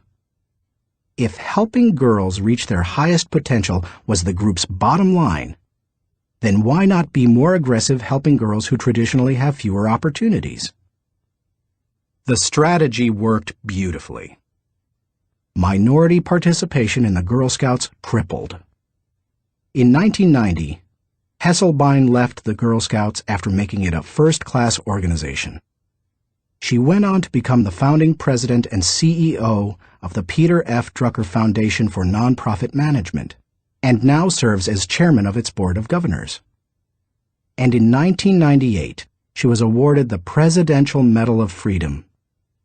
President Clinton said of Hesselbein during the ceremony at the White House, She has shared her remarkable recipe for inclusion and excellence with countless organizations whose bottom line is measured not in dollars, but in changed lives. He couldn't have said it better. Why you should enjoy the return of bottom line thinking. If you're accustomed to thinking of the bottom line only as it relates to financial matters, then you may be missing some things crucial to you and your organization. Instead, think of the bottom line as the end, the takeaway, the desired result. Every activity has its own unique bottom line. If you have a job, your work has a bottom line. If you serve in your church, your activity has a bottom line. So does your effort as a parent or spouse, if you are one. As you explore the concept of bottom line thinking, recognize that it can help you in many ways. 1. Bottom line thinking provides great clarity. What's the difference between bowling and work? When bowling, it takes only 3 seconds to know how you've done. That's one reason people love sports so much. There's no waiting and no guessing about the outcome. Bottom line thinking makes it possible for you to measure outcomes more quickly and easily. It gives you a benchmark by which to measure activity. It can be used as a focused way of ensuring that all your little activities are purposeful and line up to achieve a larger goal. 2. Bottom line thinking helps you assess every situation. When you know your bottom line, it becomes much easier to know how you're doing in any given area. When Frances Hesselbein began running the Girl Scouts, for example, she measured everything against the organization's goal of helping a girl reach her highest potential. From the organization's management structure, which she changed from a hierarchy to a hub, down to what badges the girls could earn. There's no better measurement tool than the bottom line. 3. Bottom line thinking helps you make the best decisions. Decisions become much easier when you know your bottom line. When the Girl Scouts were struggling in the 1970s, outside organizations tried to convince its members to become women's rights activists or door-to-door canvassers. But under Hesselbein, it became easy for the Girl Scouts to say no. It knew its bottom line, and it wanted to pursue its goals with focus and fervency. 4. Bottom line thinking generates high morale. When you know the bottom line and you go after it, you greatly increase your odds of winning. And nothing generates high morale like winning. How do you describe sports teams that win the championship? Or company divisions that achieve their goals? Or volunteers who achieve their mission? They're excited. Hitting the target feels exhilarating, and you can hit it only if you know what it is. 5. Bottom line thinking ensures your future. If you want to be successful tomorrow, you need to think bottom line today. That's what Frances Hesselbein did, and she turned the Girl Scouts around. Look at any successful, lasting company, and you'll find leaders who know their bottom line. They make their decisions, allocate their resources, hire their people, and structure their organization to achieve that bottom line. How to enjoy the return of bottom line thinking. It isn't hard to see the value of the bottom line. Most people would agree that bottom line thinking has a high return. But learning how to be a bottom line thinker can be challenging. 1. Identify the real bottom line. The process of bottom line thinking begins with knowing what you're really going after. It can be as lofty as the big picture vision, mission, or purpose of an organization. Or it can be as focused as what you want to accomplish on a particular project. What's important is that you be as specific as possible. If your goal is for something as vague as success, you will have a painfully difficult time trying to harness bottom-line thinking to achieve it. The first step is to set aside your wants. Get to the results you're really looking for, the true essence of the goal. Set aside any emotions that may cloud your judgment and remove any politics that may influence your perception. What are you really trying to achieve? When you strip away all the things that don't really matter, what are you compelled to achieve? What must occur? What is acceptable?